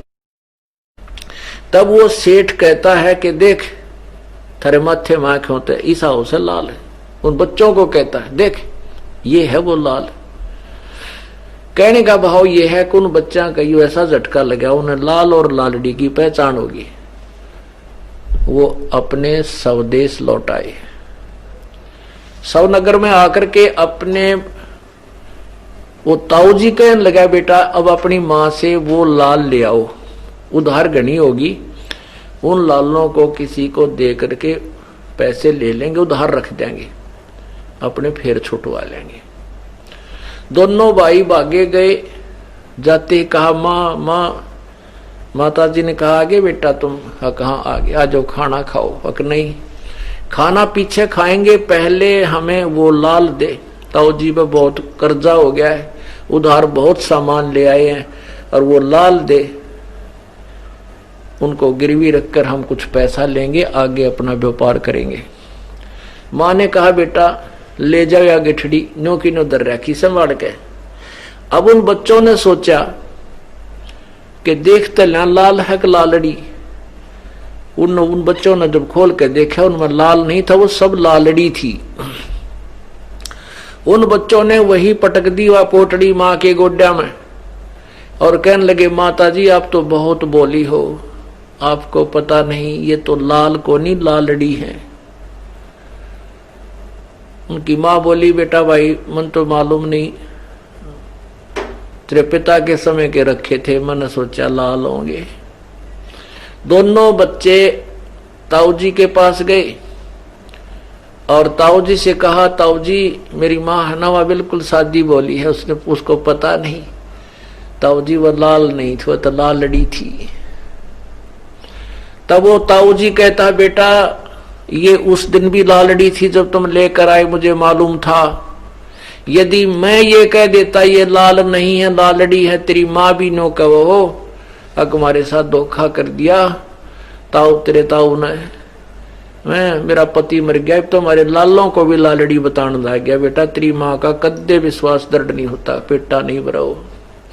और मैंने तुमको इतना जो है पारखू बना दिया, ये पहचान करने योग्य बना दिया कि तुमने अपने लालड़ी को अप लालड़ी कह दी।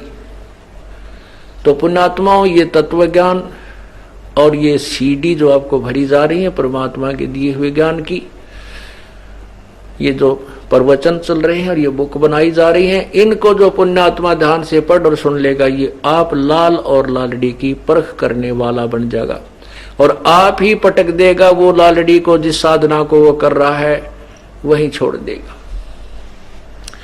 सबसे बड़ी त्रुटि कमजोरी यही रही है कि हम सदग्रंथों से परिचित नहीं थे। एक समुदाय विशेष ही इसका ठेकेदार बना रहा, उन्होंने ये सब काम बिगाड़ दिया। उन्हीं में से कोई ऋषि बन गया, कोई मैं ऋषि नकली का आ गया और उन्होंने ये पूरे मानव समाज को बर्बाद कर डाला। और ये सब काल का जाल है। ये ब्रह्मा विष्णु महेश उसी काल के संकेत से चलते। जैसे आपने कहा सुना कि गीता जी के 7वें अध्याय के 12 से 15 में कहा है कि ये त्रिगुणमयी माया मेरी, काल भगवान कहता है बड़ी दुस्तर है, बड़ी खतरनाक है। और 14वें अध्याय के 3रे श्लोक में कहा कि तीनों गुणों से उत्पन्न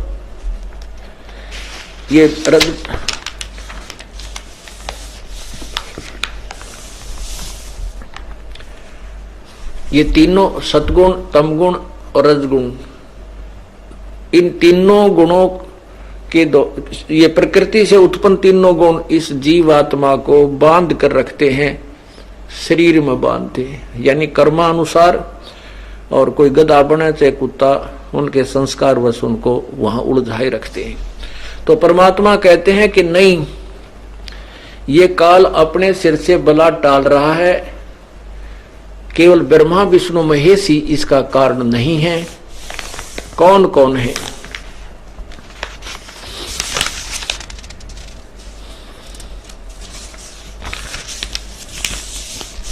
ब्रह्मा विष्णु महेश्वर माया और धर्मराया कहिए, इन पांचों मिल पर पंच बनाया, वाणी हमरी लहिए। परमात्मा कहते हैं ब्रह्मा विष्णु महेश अकेले दोषी नहीं है, जबकि ये खुद भी कहता 7वें अध्याय के 12वें श्लोक में कि ये तीनों गुणों के द्वारा रजगुण ब्रह्मा, सदगुण विष्णु, तमगुण शिव जी से जो भी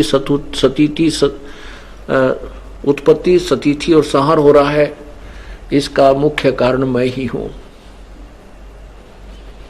लेकिन आगे चल के फिर कहता है कि तीनों गुण ही तुम्हें बांधकर सब प्राणियों को यहां फंसा कर रखते हैं।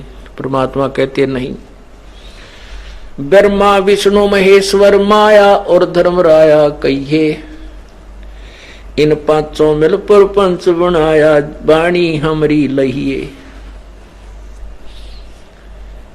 परमात्मा कहते हैं कि हम जो तत्व ज्ञान आपको सुना रहे हैं, इनको बहुत ही ध्यान पूर्वक यानी संकेतों को भी समझना शुरू कर देना।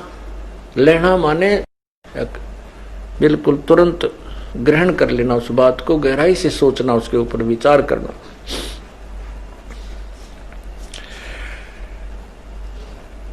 इन पांचों मिल जीवट काए, युगन युगन हम आन छुटाए। प्रत्येक युग में हम आते हैं और इन पांचों ने जीव को फंसा रखा है, हम आकर के छुटवाते हैं। अमर करूं सतलोक पठाऊं, ताते बंदी छोड़ कहाऊं। इन पांचों मिल जीवट काए, युगन युगन हम आन छुटाए, बंदी छोड़ हमारा नामम, अजर अमर है अस्थिर ठामम। हमारा बंदी छोड़ नाम है, क्योंकि हम बंध से, काल के बंधन से जीव को छुटवाते हैं और हमारा जो स्थान सतलोक है वो अजर अमर है, स्थिर, बिल्कुल स्थायी स्थान है, अविचल है, वो कभी नष्ट नहीं होता। पीर पैगंबर कुतुब ओलिया सुर नर मुनिजन ज्ञानी, इत्या को तोरा ना पाया यम कै बंधे प्राणी। ओए होए, कितनी प्यारी बात और गहराई की कही है कि ये पीर पैगंबर और कुतुब ओलिया सुर नर मुनिजन ज्ञानी, ये जितने भी देवता हैं, ऋषि जन हुए हैं, और जो जनसाधारण जो साधना की भक्ति की इच्छा रखता है, इनको किसी को भी परमात्मा की प्राप्ति नहीं हुई। ये तो काल के डोरी से बंधे हुए हैं, ये काल के जाल में फंसे हुए। अब पुण्यात्माओं, ये तत्व ज्ञान जब तक हमने आंखों नहीं देखा था, वेदों को भी नहीं देखा था, गीता जी को भी नहीं देखा था, और परमेश्वर की वाणी पढ़ते थे तो हमें शर्म आती थी कि किसने बतावा ये बात कि ये सुर नर मुनिजन ज्ञानी, ये देवता भी, ब्रह्मा विष्णु महेश भी, ये काल के जाल में कौन मानेगा, मूर्ख बताओगे हमारे को। फिर जब ये खजाना परमात्मा ने दिखाया कि वेदों में और गीता में, पुराणों में सारा कुछ तो वही लिखा जो मालिक ने पहले लिखा था, उसके बाद दास के हौसले बुलंद हो गए कि ईब नस पकड़ी गई काल की, अब इसकी नब्ज ठहगी हमारे, अब बता देंगे कौन कितने पानी में है। उसके बाद ये ढंडोरा पीटना शुरू किया। पीर पैगंबर कुतुब ओलिया सुर नर मुनिजन ज्ञानी, इत्या को तोरा ना पाया जम कै बंधे प्राणी।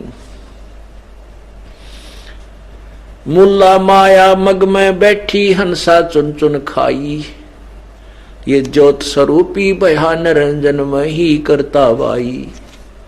अब आपने शिव पुराण में पढ़ा कि काल कहता है कि तुम भगवान नहीं हो, ब्रह्मा विष्णु महेश को धमका रहा है कि तुम ईश नहीं हो, मैं ही ईश्वर हूं। यहां परमात्मा कहते हैं ये ज्योत स्वरूपी बहा निरंजन के मैं करता भाई, मैं भगवान हूं। मुल्ला माया मग में बैठी हंसा चुन चुन खाई, ज्योत स्वरूपी कहे निरंजन में ही करता भाई। एक न करता दो ना करता नौ ठहराए भाई, ये 10वां भी दोंदर में मिल जा सत कबीर दुहाई। 88 दीप मुनीश्वर बंधे मुल्ला डोरी, इत्ता मजम का तलबा ना चलियो पुरुष किशोरी।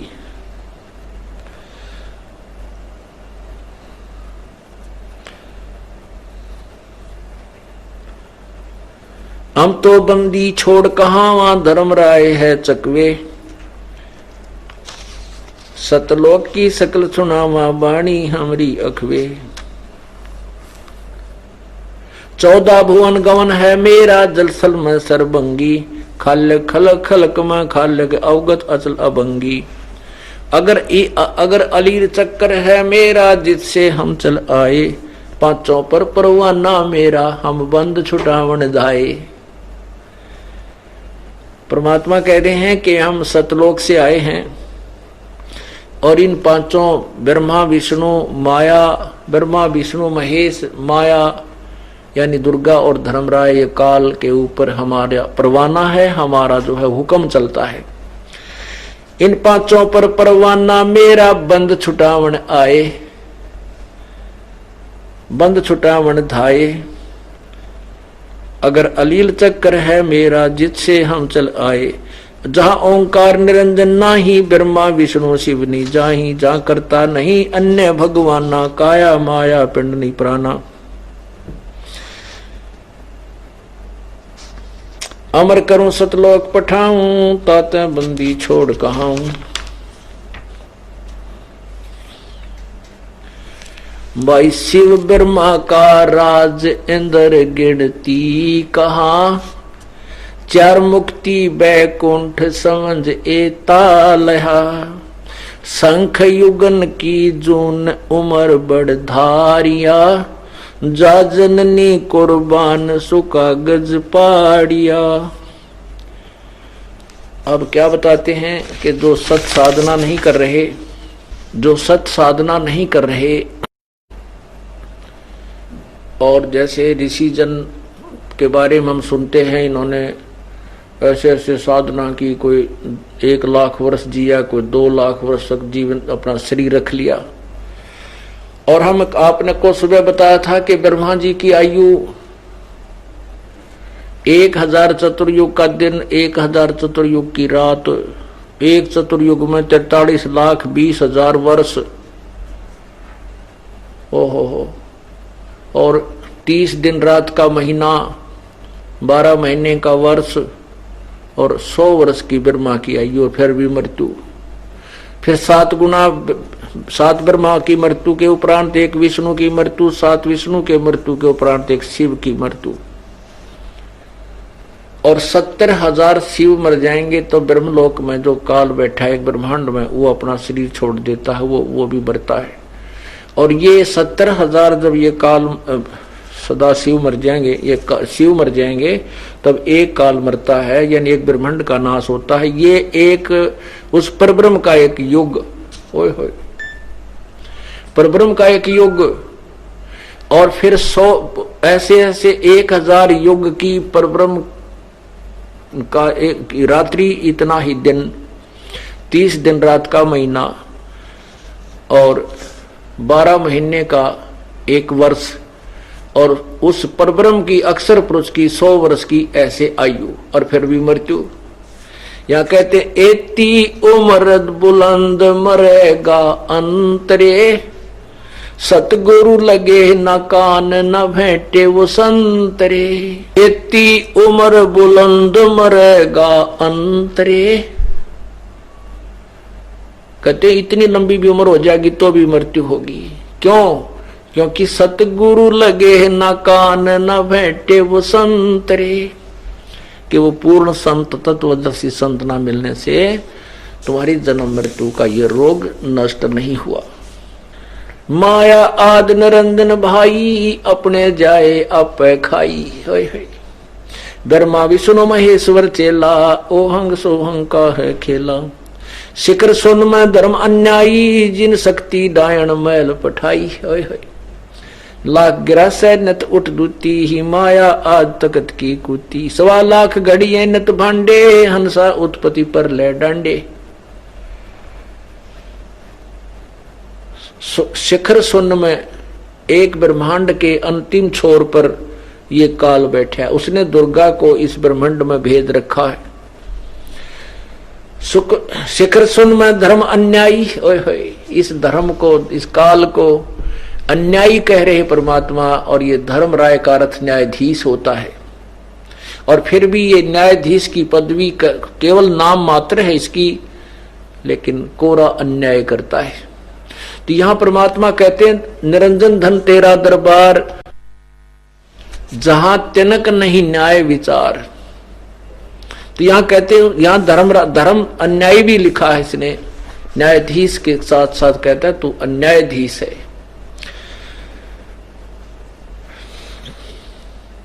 शिखर सुन में धर्म अन्यायी, जिन शक्ति या दुर्गा डायण मैल पठाई। अब ये भी ब्रह्मा विष्णु महेश किसी जीव को भी सच्चाई नहीं बताती, इनको भ्रमित रखती है काल के डर से। शिखर सुन में धर्म अन्यायी, जिन शक्ति डायण मैल पठाई। लाख गरा सैन्यत उठ दूती, ही माया आद तकत की कूती। अब परमात्मा ने ज्योति निरंजन को भी माया में ही ले लिया कि 1 लाख सुबह उठते खाती है, 1.25 लाख उत्पन्न करता है, ये नालायक है। 1.25 लाख घड़ी है नित भांडे, हंसा उत्पत्ति पर ले डांडे। लाख गिरा से नित उठ दूती, माया आज तकत की कुती। कहते 1 लाख तो रोज खा जाता है, 1.25 लाख घटता है शरीर, फिर मनुष्यों के 1.25 लाख उत्पन्न करता है। और इन जीवों को जन्म और मृत्यु के दंड से पीड़ित किया हुआ, दंडित किया हुआ है। हंसा उत्पत्ति प्रलय डांडे, ये तीनों चेला बटपारी। सिरजे पुरुषा सिरजी नारी, खोखापुर में जीव भुलाए, सोपन विष्ट बैकुंठ बनाए। ये अरहट का कुआ लोई यागड़ बंजा है सब कोई। अरहट का कुआ, ये अरहट का कुआ देखिएगा ऐसा होता है, पूरा देखो इसको। ये नीचे जो आपने ये नजर आ रहा है, ये कूप है, कुआ, नीचे जल है इसमें। इस जल को निकालने के लिए, सिंचाई करने के लिए ये एक सिस्टम बनाया जाता था पुराने समय में। ये एक पुली बनी है, पुली के ऊपर एक चैन लगी है, चैन के ऊपर ये बाल्टी बांध रखी है, वेल्ड कर रखी है। ये नीचे से भर के आती है और यहाँ ऊपर आकर के ये खाली हो जाती है, यहाँ खाली होकर के इधर जाती है। ये देखिएगा, ये नीचे जल है, ये कुआं है और ये पुली के ऊपर चैन बांध रखी है, चैन के बाल्टी वेल्ड कर रखी होती है। और ये एक इसको चलाने के लिए बैलों का प्रयोग करते थे। तो ये नीचे से पानी भरकर आता है और यहाँ ये खाली होकर के यहाँ से ऐसे खेत में चला जाता है। तो यहाँ नीचे से आया, ऊपर खाली हुआ, नीचे से भरी, ऊपर खाली हुई, नीचे से भरी, ऊपर खाली हुई। तो कहते हैं ये देखो, ये महेश, ये भी इसी तरह बाल्टी भरे हैं, विष्णु और ब्रह्मा। ये यहाँ आए और ये खाली हुई, उल्टे फिर जन्म मृत्यु में साधारण जीव की योनि भी ये धारते हैं और फिर ऐसे कहते हैं। ये अरहट का कुआ लोई, जब तक हमें तत्व ज्ञान नहीं मिलता, पूर्ण परमात्मा सत्तत्वदर्शी संत नहीं मिलते, तो हमारी जन्म मृत्यु समाप्त नहीं हो सकती। और जन्म मृत्यु समाप्त नहीं होगी तो जन्म मृत्यु के कारण हम नीचे आते हैं, पुण्य पाप इकट्ठे करते हैं, ये बाल्टी भर ले जाते हैं ऊपर, आपको नरक में, फिर वापस आ जाते हैं, वहां खत्म करके फिर आ जाते हैं, फिर 84 लाख योनियों में, फिर ऐसे कहते हैं। ये अरहट का कुआ लोई या गढ़ बंजा है सब कोई, कीड़ी कुंजर और अवतारा, हर हठ डोर बंधे कई बारा। शेष महेश गणेश्वर ताही, हर हर डोर बंधे सब आही। ये शुक्रादिक ब्रह्मादिक देवा, हर हट डोर बंधे सब खेवा। ये कोटे करता फिरता देखा, हर हट डोर कहूं सुन लेखा। ये चतुर्भुजी भगवान कहाँ वे, हर हट डोर बंधे सब आवे। ये चतुर्भुजी भगवान कहाँ वे, और ये भी इस जन्म मृत्यु के रेट के चक्कर में, काल के में ये भी बंधे आवे।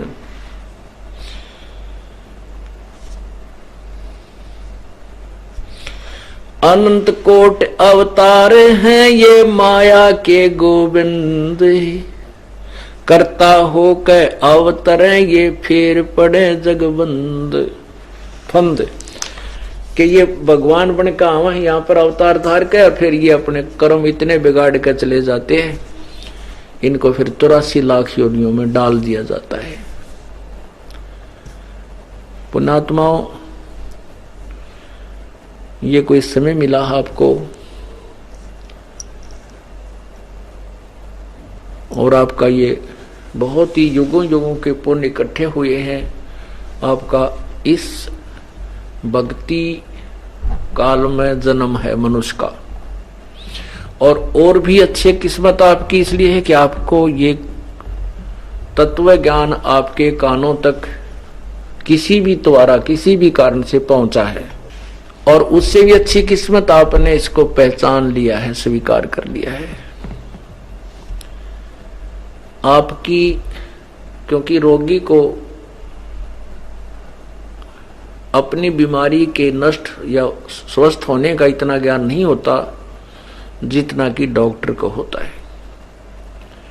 आप कितने स्वस्थ हो रहे हो और आप कितना समय पर इस परमात्मा के ऑपरेशन थिएटर में, इस हॉस्पिटल में आ गए हो, ये तो ये दास जान सकता है, आपको मालूम नहीं। और आप कितने पुण्यकर्मी हो ये भी आपको नहीं पता। परमात्मा कहते हैं लख बर सूरा जूझ ही लख बर सावत दे, और लख बर यति जहान में तब कोई सतगुरु शरणा ले। आप योगों योगों ना जाने कितने पुण्यकर्मी प्राणी रहे हो, और वही पुण्यात्मा आज सतगुरु की शरण में आएंगे।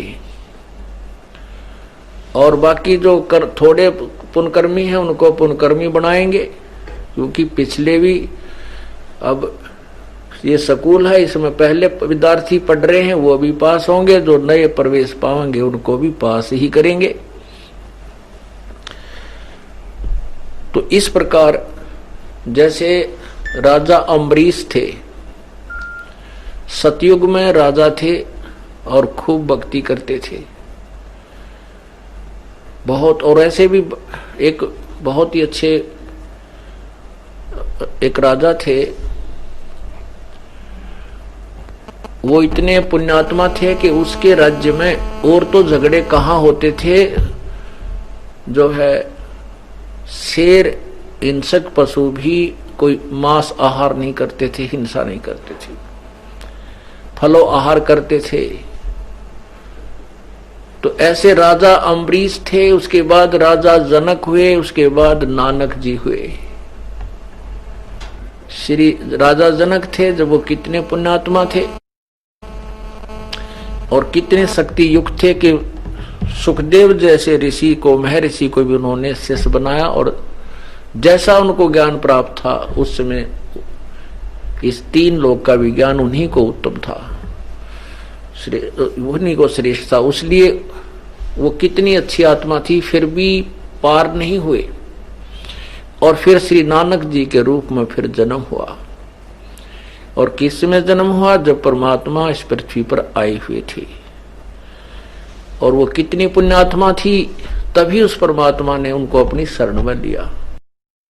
तो ऐसे ही अन्य 264 लाख शिष्य हुए, वो भी बहुत पुण्यात्मा थी, लेकिन वो कच्चा समय था, उस समय वो पार नहीं हो सकती थी। इसलिए प्रभु ने एक लीला की जिससे उनकी पुण्य कमाई बनवा कर अपने से दूर कर दिया कि पार तो नहीं हो सकते, क्योंकि ये मुझे भगवान नहीं मानते, और ये नकली संत इनको तो भी भ्रमित कर देते हैं कि तुम्हारा गुरु ये नहीं जानता, वो संस्कृत नहीं जानता, कैसे शास्त्रों को सत्य मान सकते हैं कि वो शास्त्रों में ऐसा लिखा है। तो हम उन नकलियों की बातों ने हम मिला दिया करते, तो इसलिए भी पार होने योग्य नहीं थे।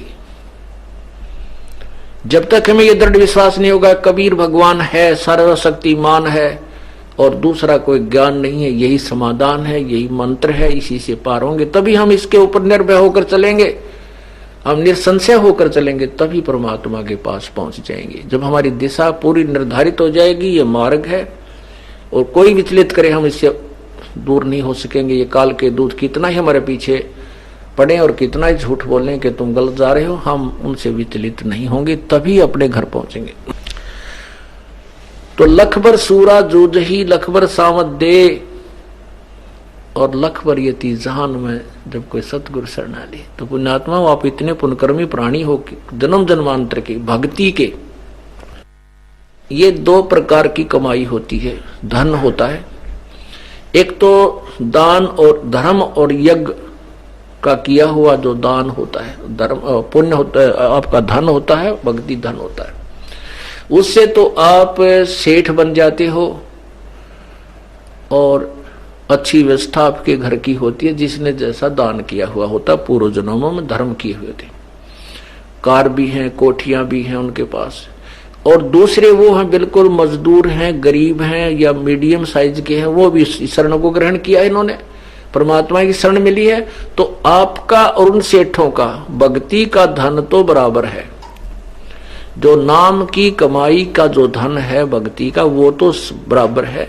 लेकिन पुण्य नहीं कर पाए पहले जन्मों में हम, तो अब हम उस पुण्य कमाई, भले ही हमारे पास धन नहीं है, ये जो संसारिक धन जिसको हम कहते हैं, तो दान से प्राप्त होता है, दान कम करने से, और लेकिन हमारे पास वो भक्ति का धन बराबर है। इसलिए परमात्मा कहते हैं, राम रटत दारिदर भला, टूटी घर की छान, वो सुंदर महल किस काम के जहां भक्ति नहीं भगवान। तो आप दोनों की जो वो सेठ हैं, जो पैसे वाले हैं, कारों वाले हैं, और एक मजदूर है, रिक्शा चलाता है, मजदूरी करता है, उन दोनों को शरण प्राप्त हुई है। तो आपके जो भक्ति वाले जो पुण्य है वो बराबर है, वो कमाई दोनों की समान है।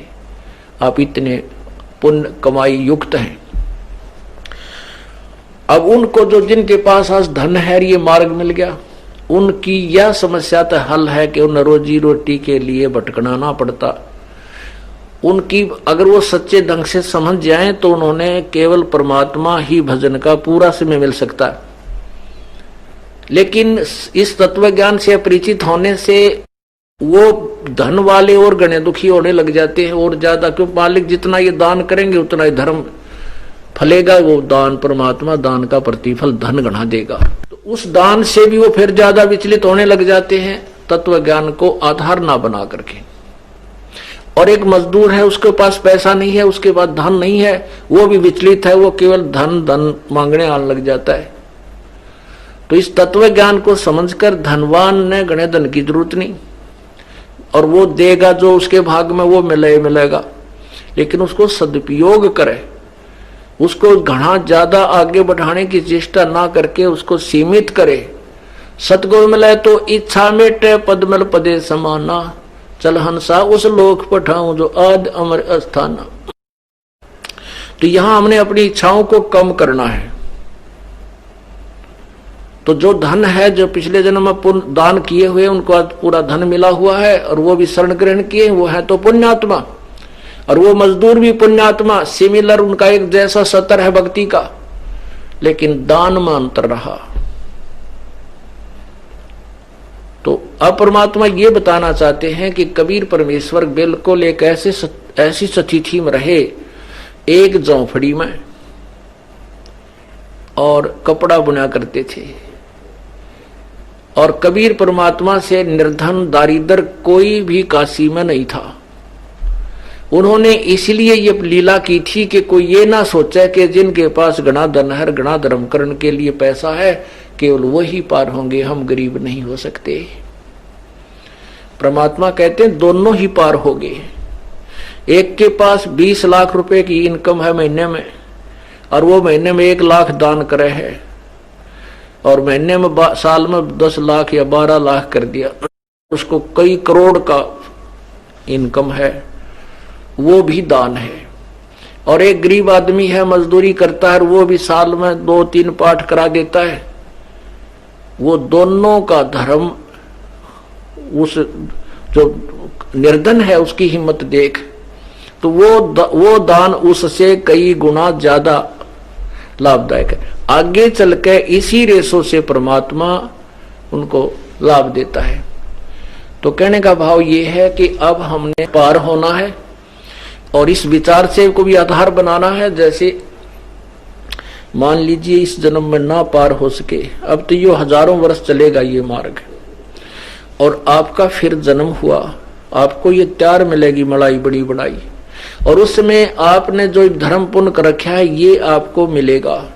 तो आपकी रोजी रोटी का समाधान त्यार पाओगा, फिर केवल भक्ति भक्ति करनी शेष रह जाओगी। तो इसलिए हमने अपने किसी भी पॉइंट को लूज नहीं रहने देना। पार बसावा जितनी समर्थता हो, हिम्मत सी करके दान भी करे और भक्ति भी करे। इस प्रकार हम परमात्मा प्राप्त करेंगे और फिर सदा के लिए जन्म मृत्यु के रोग से छुटकारा पाएंगे। बोलो सतगुरुदेव की, बोलो सतगुरुदेव की जय हो।